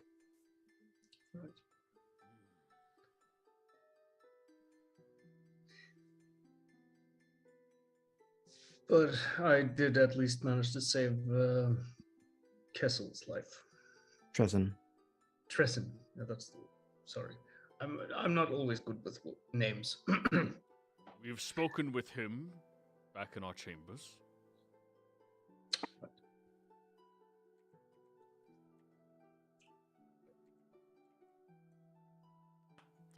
Well, is there anything else you all would like to add to your character? We did stop the ship from help stop the ship from completely burning down, and any other sailors that weren't killed but were just injured, we healed them up as best we could.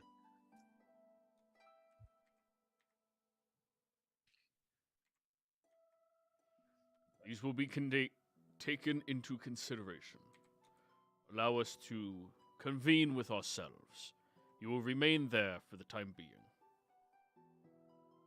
Understood. It's been a... fuck it. The old Dragonborn gives you a smirk. So, you all stand there, 80 feet apart from one another.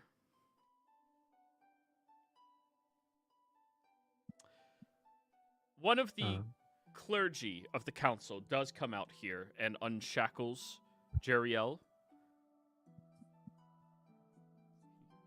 We are so very sorry for the treatment that you had to endure. The justices of mortals is not your responsibility. Please be understanding. I mean, you guys do the whole thing, through his will. Praise be it. Praise be. I understand.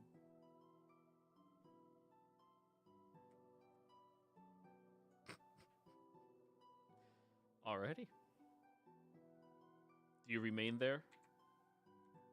Yeah, I'll wait.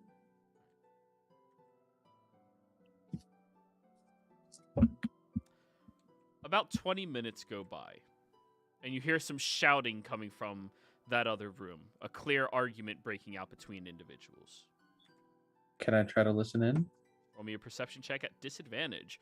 They are a few hundred feet away from you. Can I use the session advantage to make it a normal flat check? Yeah, of course you can. I was actually, can I do the exact same thing? Sure. Including session advantage. I want to do persuasion, perception as well. Just regular with disadvantage. Go for it. I'm gonna flash of genius my perception to make it a 27. Jesus Christ. Lily. Bingo. They seem to be arguing about what is right and wrong by their standards, and judging that you all should not be held accountable for their standards when you are not of their people, even though you are in their country. There's an argument between that. There's another dispute about if the dead counselor's family deserves a right to their own Kahithi. They're debating it. There seems to be 3 opposed at minimum and a lot more for.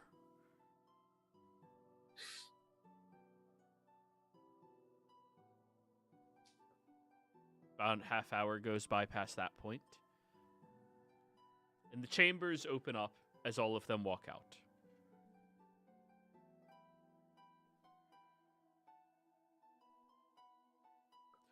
The Dragon Council has convened. You all will be granted immunity of consequence from this.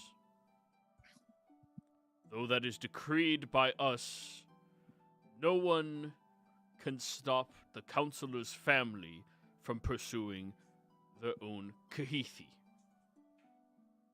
As if they deem they deserve it, they will pursue you. We will not keep you held here for them to do so. You are free to go. That's Council of Zarzith Kittrell. We thank you for your decision. And while in this instance, I don't want to say I speak for us all, but with the death of your counselor, let me double check the name. Where the fuck did I put it in my notes? God damn it.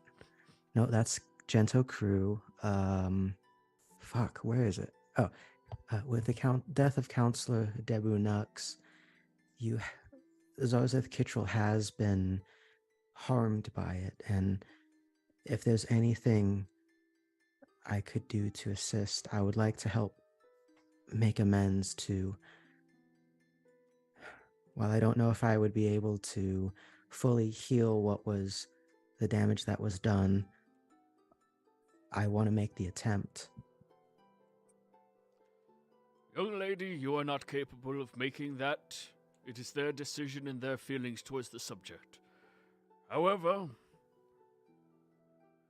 you all have experience handling Volshaka. Yes, we do. Yeah. We found traces of one moving through the Drimoth Ravine, going towards the ruins of Draconia. We have sent out multiple envoys to intercept them. None have been in contact with us. If you are looking to make any type of amends towards the family, we would like you to explain what Volstruckers and Ruiza had in common with one another.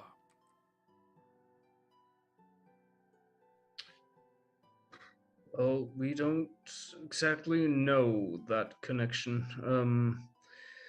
We have been asked by an acquaintance of ours, as payment for a favor of his, to track down this Volstrucker and exact his revenge upon him. The Volstrucker, for context, the Volstrucker killed the guy who's got the favor from his partner. Yes. Yes. Yes. Lily was explaining that context to the... Yeah. Ah. So, Are there any signature signs of the Volstrucker known? Any articles of clothing that have been observed? They are not that foolish to be that easily discerned. right.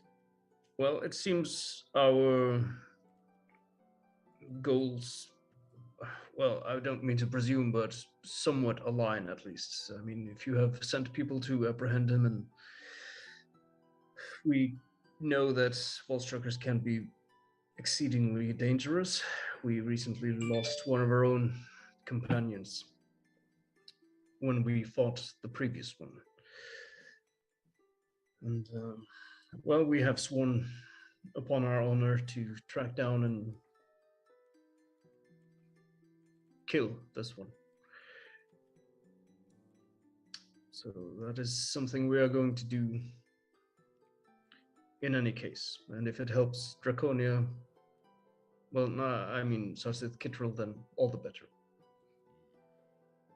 Well, whatever you can do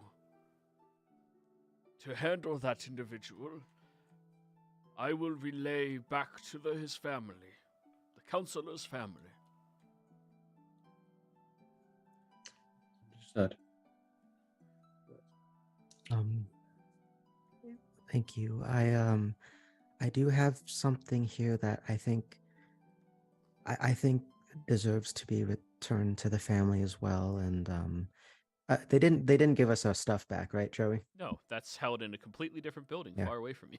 Okay, yeah. As before the counselor passed, during that conversation, I mentioned he gave me a I can't remember exactly what it was, Joey. It was It a was his symbol. pin.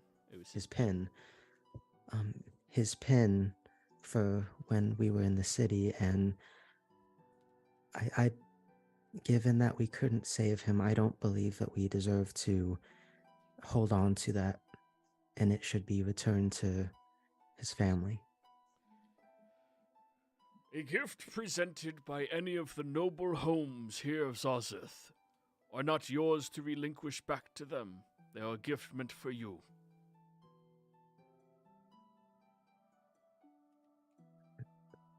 I thank you. Then I will do my utmost to prove that I'm worthy of the gift. And Lily will give a proper bow that she was taught as a child, which is probably a little clumsy, but it's the attempt. You see that one merchant is kind of giving a very, very crude and angry look in your general direction, while the old man is smiling kindly.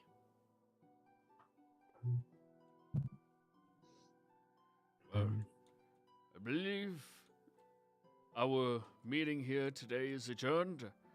I have a game of shogi I have to go play, and you all are invited to stay at my home while you are in town. Is this the old one? Yes. Okay. Thank you for the hospitality. You're all most welcome. Thank you very much.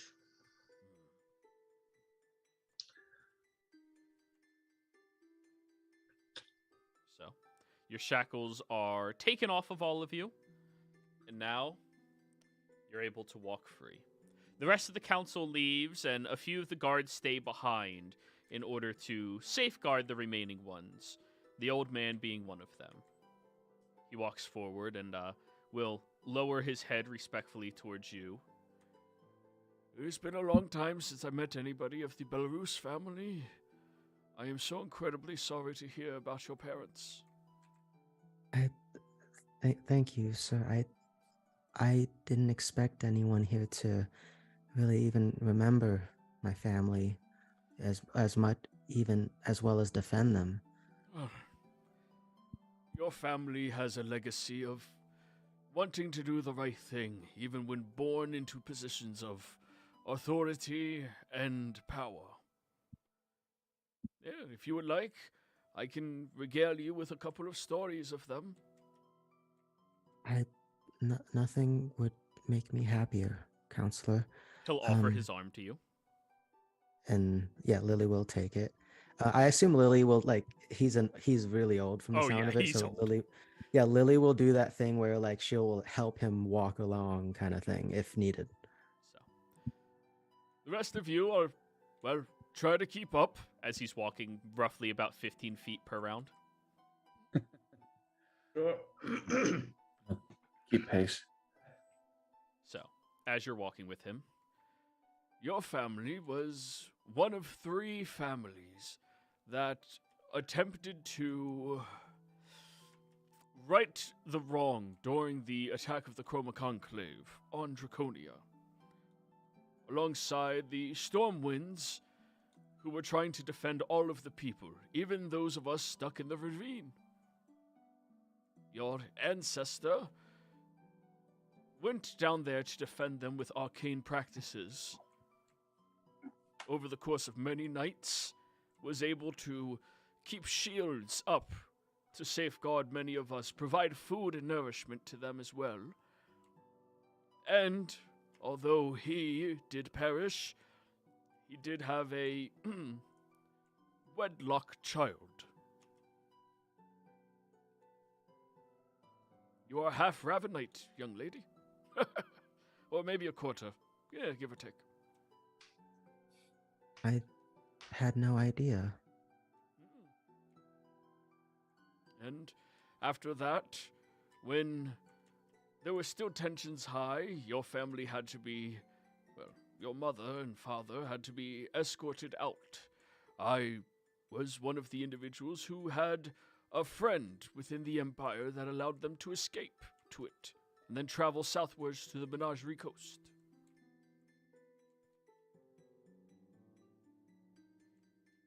And that's where, and that's where my family was set up.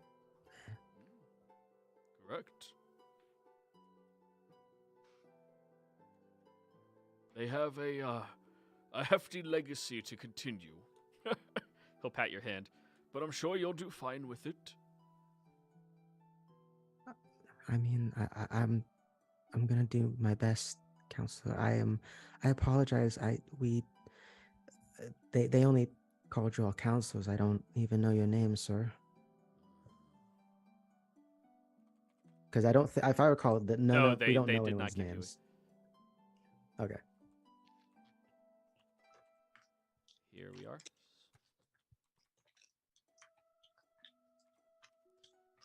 Cyril Velton.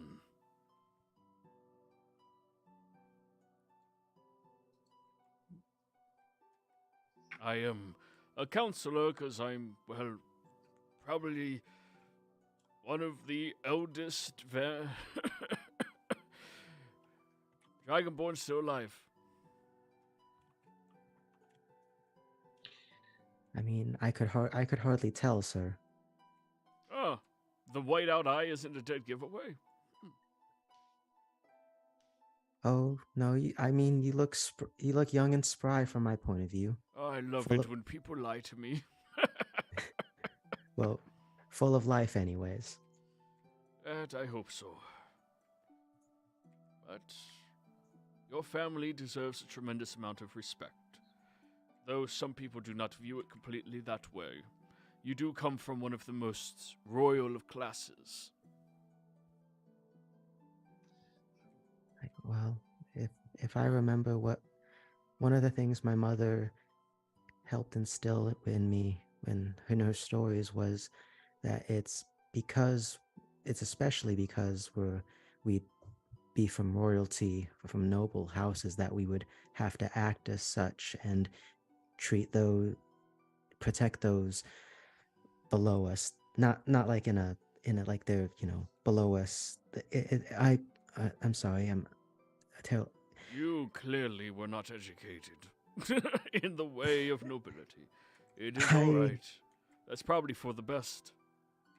Just don't expect us to start calling you Princess Lily.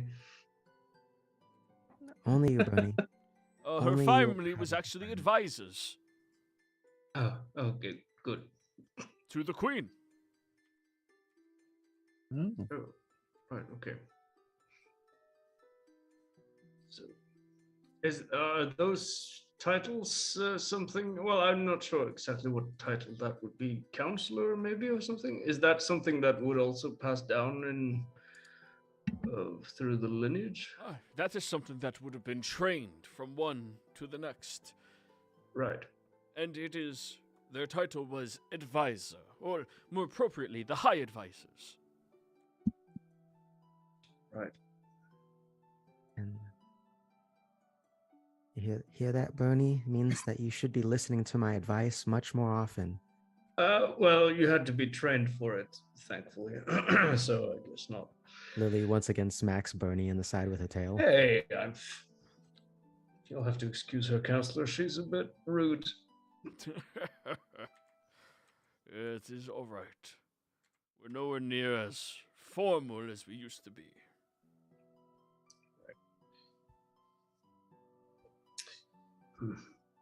Well, I want to, well, again, thank you very much for your hospitality. If there is anything we can do to help while we're in town, then I think we're all happy to oblige. Well, Indeed.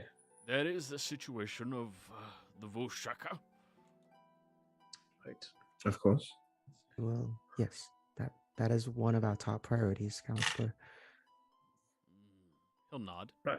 Good. We might maybe also, I look over at Lily and Tulsa. And then to the counselor, well, there is another matter which I think would be prudent for us to advise you on. Not presuming to take on the role of advisor, of course. Just Straighten your spine. Look Right. straight ahead. Speak with your chest. And speak clearly. right. Well, it's probably best if we do it somewhere more secluded. We'll be able to do that in my home. All right. He wanders Um. over to a very simple looking 1-story stone structure building that has an outer perimeter of a stone wall with spikes at the top of it. Once you get to the gates are opened up for him by someone who appears to be a guard. And you see that there is a front garden out here and roughly about 30 dragonborns running around. About 5 or 6 dwarves and probably the same number of halflings, all children.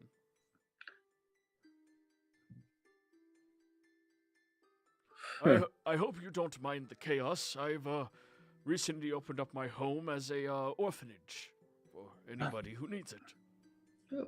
I mean, I certainly love the chaos, especially from children. Well, if you grew up in a big family like this, I'm sure you understand.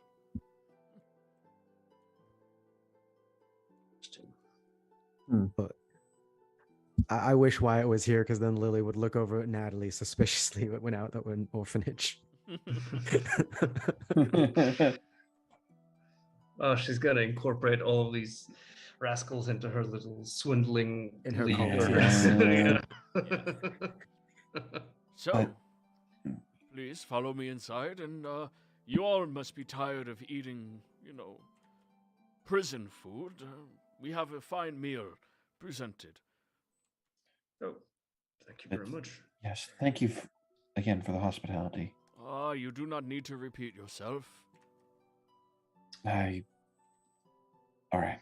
I mean, it is redundant, but it does show that we are truly thankful for what you've done, sir.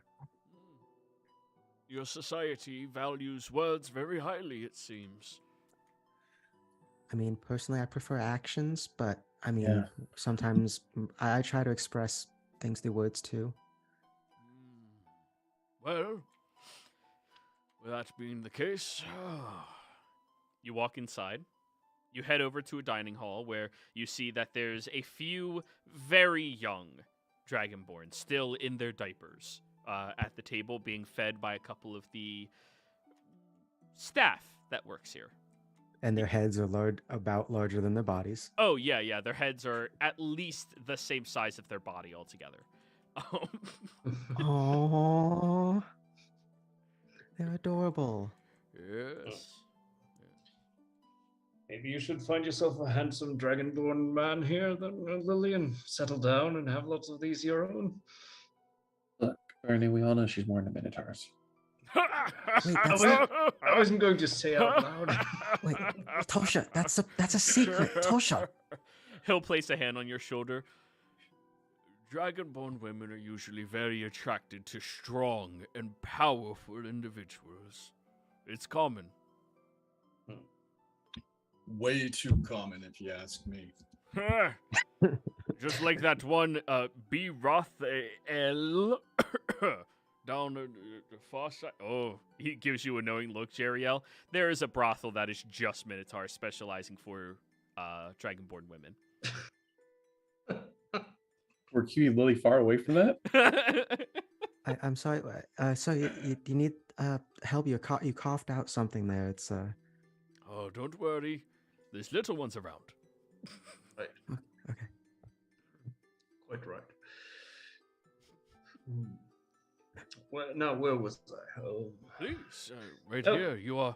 You're in the midst of my granddaughter, my grandson, and his husband right there. He gestures at the three individuals working here. And then all of these infants are far too young to know anything what you're saying, so speak freely. All right. Well, over the course of the last how long has it been now? 8 months? 6? No, it's more than half a year, right? More than half a year. I think around 8 months. Right, yeah. Well, anyway, we've had various adventures, ugh, and we've come to learn that the Empire is, well, due to the war currently ongoing with Tal'Dorei, they seem to be seeking out some ancient artifacts of Aeorian nature, called singularities. These are extremely powerful artifacts, and we don't know what they might be able to do if they get their hands on all of them. The Empire is pursuing these. Yes, we don't Yes. know very much about them, unfortunately, but we've been wanting to look into it a bit more. See, I probably might know the most out of all of us. I have been able to use 2 of them before they were, well, before we realized what they were entirely. The first one, the one that was chaotic in nature, that seemed to allow you to control your own fate for a little bit. And then the second one that could transmute anything. We found that one up in a mental asylum where the doctor had started turning people into monstrosities. Most of them, the ones who were transformed, we could not save, save for one who wished to remain anonymous as they wished to return to a life of mundanity. And I was able to use that singularity to create a cure, turning them back into their normal selves. The only thing I know for sure is that there's 4 more out there somewhere. And one of the things that we were hoping while here is, not, I mean, here as in like Jorhas in general, is maybe we might be able to find more information on these. And if actually, maybe that's why that Volstrucker's here. Could very well be. Yeah. You know, the one that we found, we were unfortunately in contract at the time with the Archmage Diplomacy, and, well, we had no choice but to give it to them. So we know the transmuter's singularity is with the Archmage Diplomacy last we saw. Yeah, Ludinus Steleth. The other one, we don't know who owns it at the time. But the Empire was willing to work with a criminal organization known as the Myriad, to acquire it.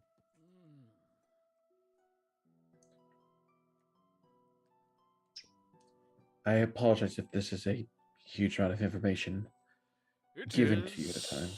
It is, but at least this is information I was mentally prepared to receive. You see,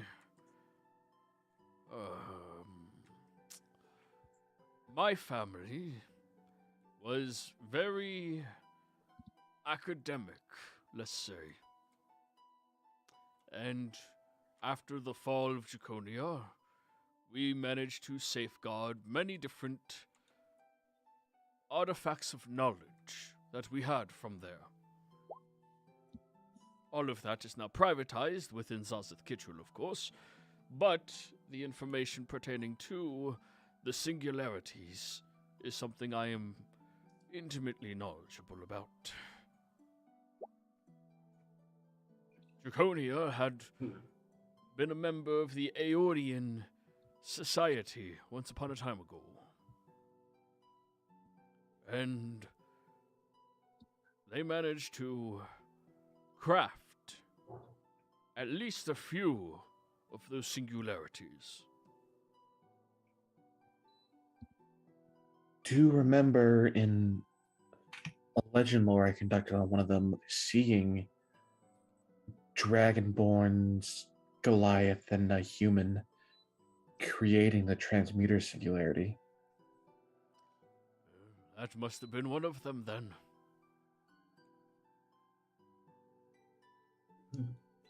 And another unfortunate circumstance.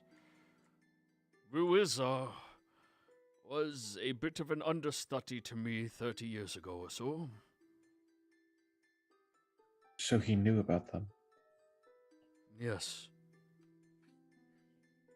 I have to ask, Ruiza, was he always like that?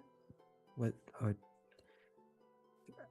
because part of me can't imagine that you would carry all that hatred, all that vitriol your entire life without it changing you, or having had something that triggered it. And in some ways, like I just wonder if there was really a reason why they acted as they did, other than simply hate. He always was a little jaded. Not fond of the fact that we, as a society, was starting to move towards coexistence with all Dragonborn. But it seemed to have grown stronger when he attempted to step foot into Draconia's lost library, and the magical enchantments nearly killed him for attempting to.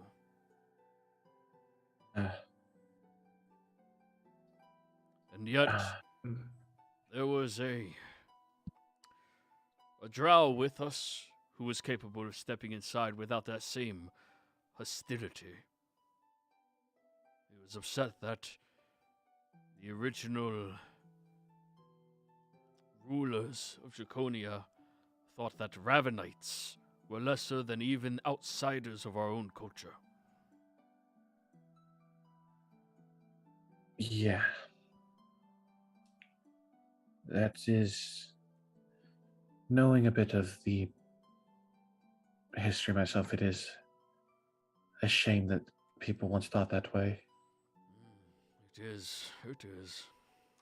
I mean, the unfortunate truth is that there are still people in the world who think that way. He continued to think that way. At one point, he became so crass in his opinions, I had no other recourse except to banish him from my side. And then he went about his own business. Became a mercenary for our armies and for the rest of Xhorhas. Fought against the Empire and survived many encounters he had no right surviving. And now I question, was that him surviving or them making a deal with him? I do have a question. As before we were taken off the initial ship, we took some time to identify a few things. And do you know of a being known as the Broodmother? Apparently, his one eye allowed them to see through it and hear everything they heard. Broodmother, you say? Yes. That was actually one of the other things I did want to research here, because it sounds like he may have made a deal with some sort of entity. I believe so, too.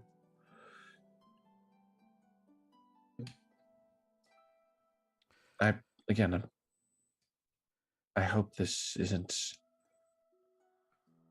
too much information that we're just dumping on you at once. No.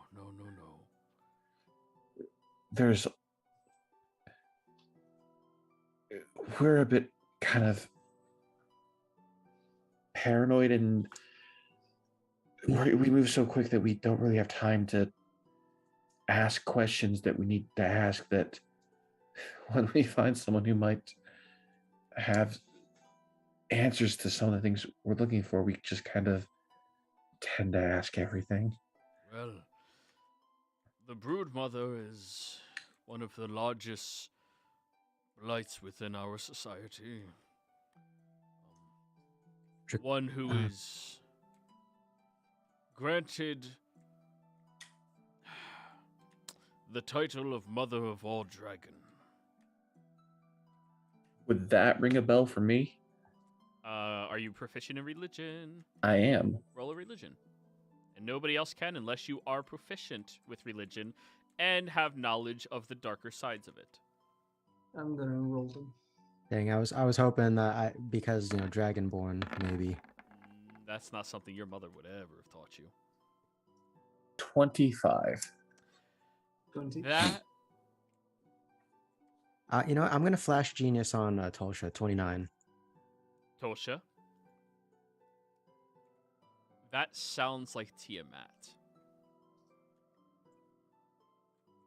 One of the betrayers. You kind of see her eyes go out like, is that who I'm thinking of? The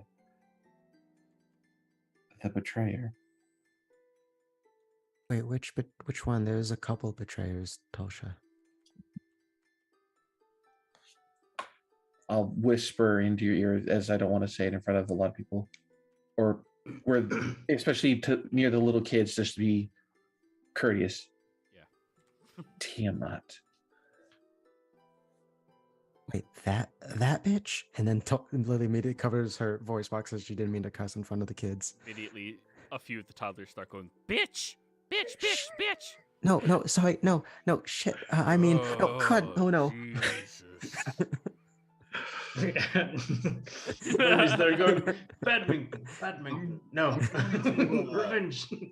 I'm gonna turn around and take my shirt off and just go, the chromatic tyrant is back! And start chasing the children back out. The kids are having a hilarious time running from you. Yeah. I know what they're talking about, so I'm just gonna leave and chase some kids around for a bit. Okay. What do I get from rolling 20 on the religion? You did not know who they were referencing on a 20. Right, okay. Her name is a little well kept secret than that. Just a little bit, though. Well, she is credited with giving us birth, but she's also credited with one of the reasons our society is so polarized against others, thinking we are higher than others. Sorry, just out of game. So I would not really know about this deity then. Well, as soon as they mentioned Tiamat, you would know about it, but your check Okay. did not yield anything. Yeah, okay. Yeah. So I'm aware that she exists. Yeah. Yep. Yeah. She's supposed to be the betrayer god, the dragon with 5 heads. Yeah. Chromatic in nature. That's about it. Yeah. Oh. Well, if he was working for agents of hers, he was trading valuable information to the Empire, this Volstrucker has to be stopped. Right. Indeed. We'll stop him. I think this new revelation should probably also be relayed to some. I mean, you must have some allies in the Kryn dynasty, right? I do. But right now, the Council is concerned about us appearing weak, especially after losing another Council member. Since you have ample ability and history with handling them, I would like to hire you all to go hunt him down and to bring his body and head back here in one piece. Understood. Right. I will say that usually when a Volstrucker dies, they have a thing where their jaw explodes. That being said, we can get past that if what you intend is to maybe get answers from the body. I tend to get answers from the body or from the mouth. Right. Does it Well, immediately maybe we- explode, or does it do that if you try interacting with it? Joey, what I can't remember that as a player. Was it So- only when it was? The one Volstruckers, it exploded when it opened. The other one, it exploded when they died. It seems to be different depending on how high ranking you are. Well, maybe it would be possible for us to try and incapacitate them and without killing them. Then I mean, I think that's certainly a good idea and something that is worth trying, Bernie. However, we also have to remember these are some incredibly dangerous people we're dealing with. I know, but so are we. To be perfectly honest about it, I'm sure we can come up with something. I believe a bounty on a Volstrucker's head, especially one where you have to make haste, should warrant a hefty reward. I hope the number is not disrespectful to any of you. 10,000 gold. Lily's like chokes a little. Yes, that's more than enough for including with everything you've done for us, Sir Velton. He'll nod Yes. towards you.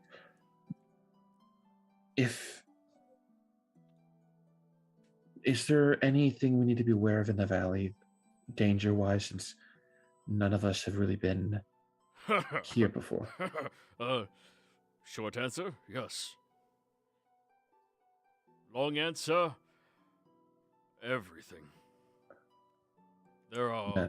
more bounders out there that are untamed. There are, well, deathly shadows that will try to eat and consume you even while you are sleeping that you can't see at all.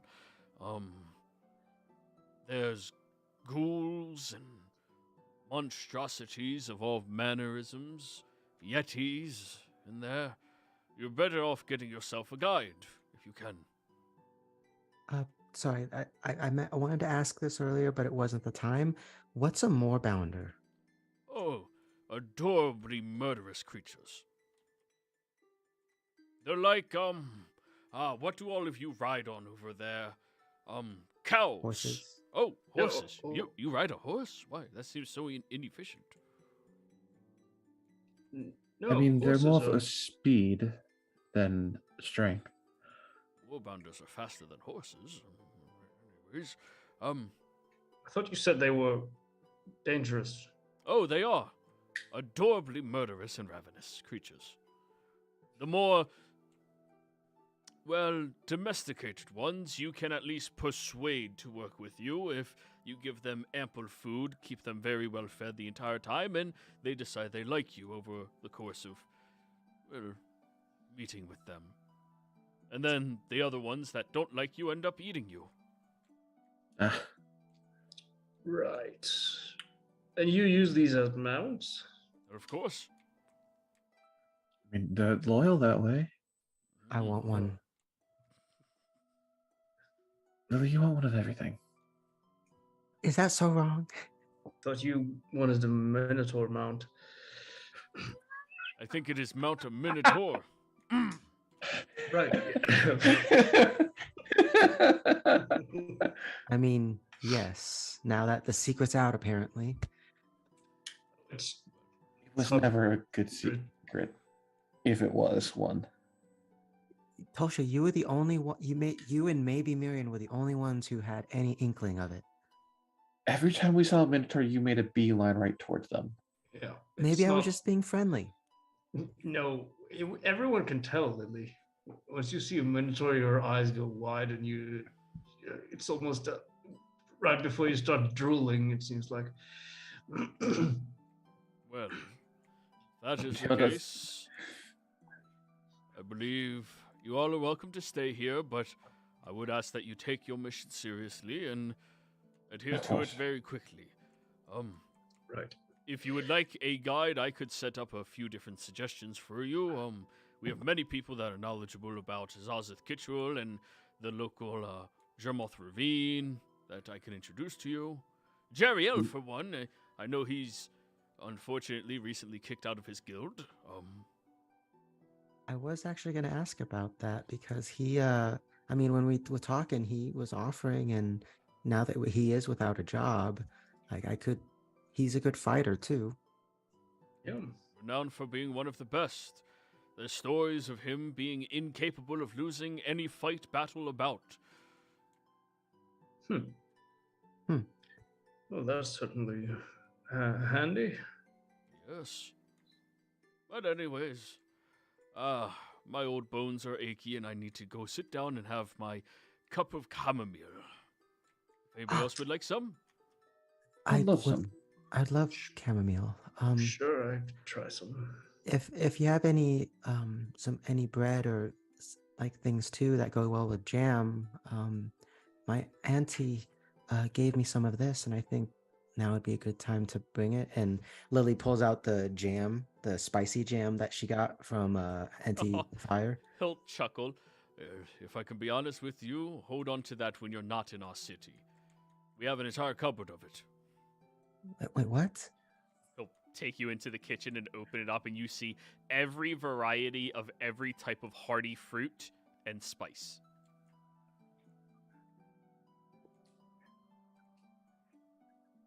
Wow. Right. I don't think our ass can get any bigger. I do. I think I'll stay clear of the what was the name? Hell pepper again? Something. The hell pepper. Lily will whisper to Sir Velton, hell pepper's his favorite. Don't let him tell you otherwise. It was a ghost pepper, by the way. Oh, ghost pepper. But I mean, it's the same thing. Come on. Yeah, it put you through hell. Yeah. One thing I was curious about, Counselor. I mean, well, if this the prophecy that Talsha was told by these fates, they said something about the counselor, or well, carrying the hope of your people. I hope it doesn't mean that when he died that something was lost aside from his life. He had a deed with him, a contract between us and Nicodranus, where we would be allowed to open up a trade route. We've already read through it extensively. Right, so that is still... We still have our hope. Right. That's good. Wait, the contract, it was with the counselor because he was returning, right? No, it was on Ruiz's body. Oh. Okay, so that's what he was trying to And destroy them. if I think Lily will pull out her mother's journal, which I believe was translated by Anti-Fire, correct? Correct. And if I also recall, it had, before her mother passed, it had a bunch of potential and stuff like trade things and all that stuff specifically for Zazith Kittrell and Nadri Coast and other things. Yep. I think this might assist the city and all that with it. It was my mother's, and I read into it a bit, but not too in depth because some of it got a little too numbery for my liking. But it's a bunch. It has to do with some potential trade routes between Zarzith Kittrell and who they could associate with and make trade deals with. I don't know if that might help now. It's 16 years old, and Lily will go ahead and show him. Even when outside of our society is still trying to look out for us. Thank you. If you don't mind, I would like to archive this in our historical records. Yeah, I'd be honored. I also do know of a merchant in Nicodranus who would love to set up a trade with Zarzith Kittrell. She's focuses on food and well, I'm sure she would love to buy. Looks to all the spicy jams that from the cupboard. Like, have so many varieties, especially since that's her food specialty from the sound looks of it. What is her name? Miss Diana Fire. That has to be a joke name. I thought so as well, but she owns Fire. I can't remember the exact name for it, Joey, but it's like Fire Pepper, Fire Foods, whatever. Oh, yeah, all of the different places that are just fire. Yeah. And also, that's how to describe that place is fire.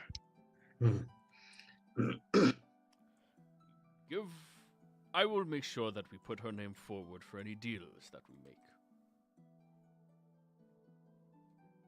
Thank you. You're most welcome. Now, old bones and all that, he'll escort himself away. Feel free to try to recruit yourself a guide if you can. You all hear Jariel outside, still playing with the kids. He missed it. He came back in, buttoning up his shirt, and just like over his shoulder, all the kids are just winded, exhausted. But laughing like they had a good time. Yeah. Right, well, that's very good. I think I'll stay here and eat some more dinner first. I'm kind of starved, come to think of it. Here, Bernie, why don't you have some of this? Lily scoots a bunch of jam and other things that are probably spicy over to Bernie. Here, try each of them. It's get with the local passive culture. insight of 21. I'll just say that Yeah. see what you're up to. Oh, she's not trying to deceive you or anything. It's fairly obvious. If anything, So, would you all like to discuss with somebody about joining you? So, Jariel, we're looking for a guide into the valley, and we're wondering if you would be up for being hired by us for a little while. and also, if anything, since you're handy in the fight, you said you've never gone up against a Volstrucker, right? Oh, not yet. Would you like the opportunity to? I mean, I'd be more than happy to guide you guys through. And yeah, I'll think I can keep most of you safe. As we were, Sir Velton, in his kindness, has offered us a bounty on that Volstrucker we've been hunting. And if you help us, we'll include you in on the proper payment for it. 10,000 gold. All right, awesome. Well, I'll have to go check in with the guild and make sure everything's good to go. Don't want to leave any bridges burnt or anything like that. Still technically, a part of. So, yeah, that sounds great. Oh, Counselor Valton, I've 2 questions real quick. I think he left already. Oh, never mind. I mean, you can interrupt him as he's trying to enjoy his chamomile. Sorry. Yes, yeah. Would there be any issues with us arriving back via airship?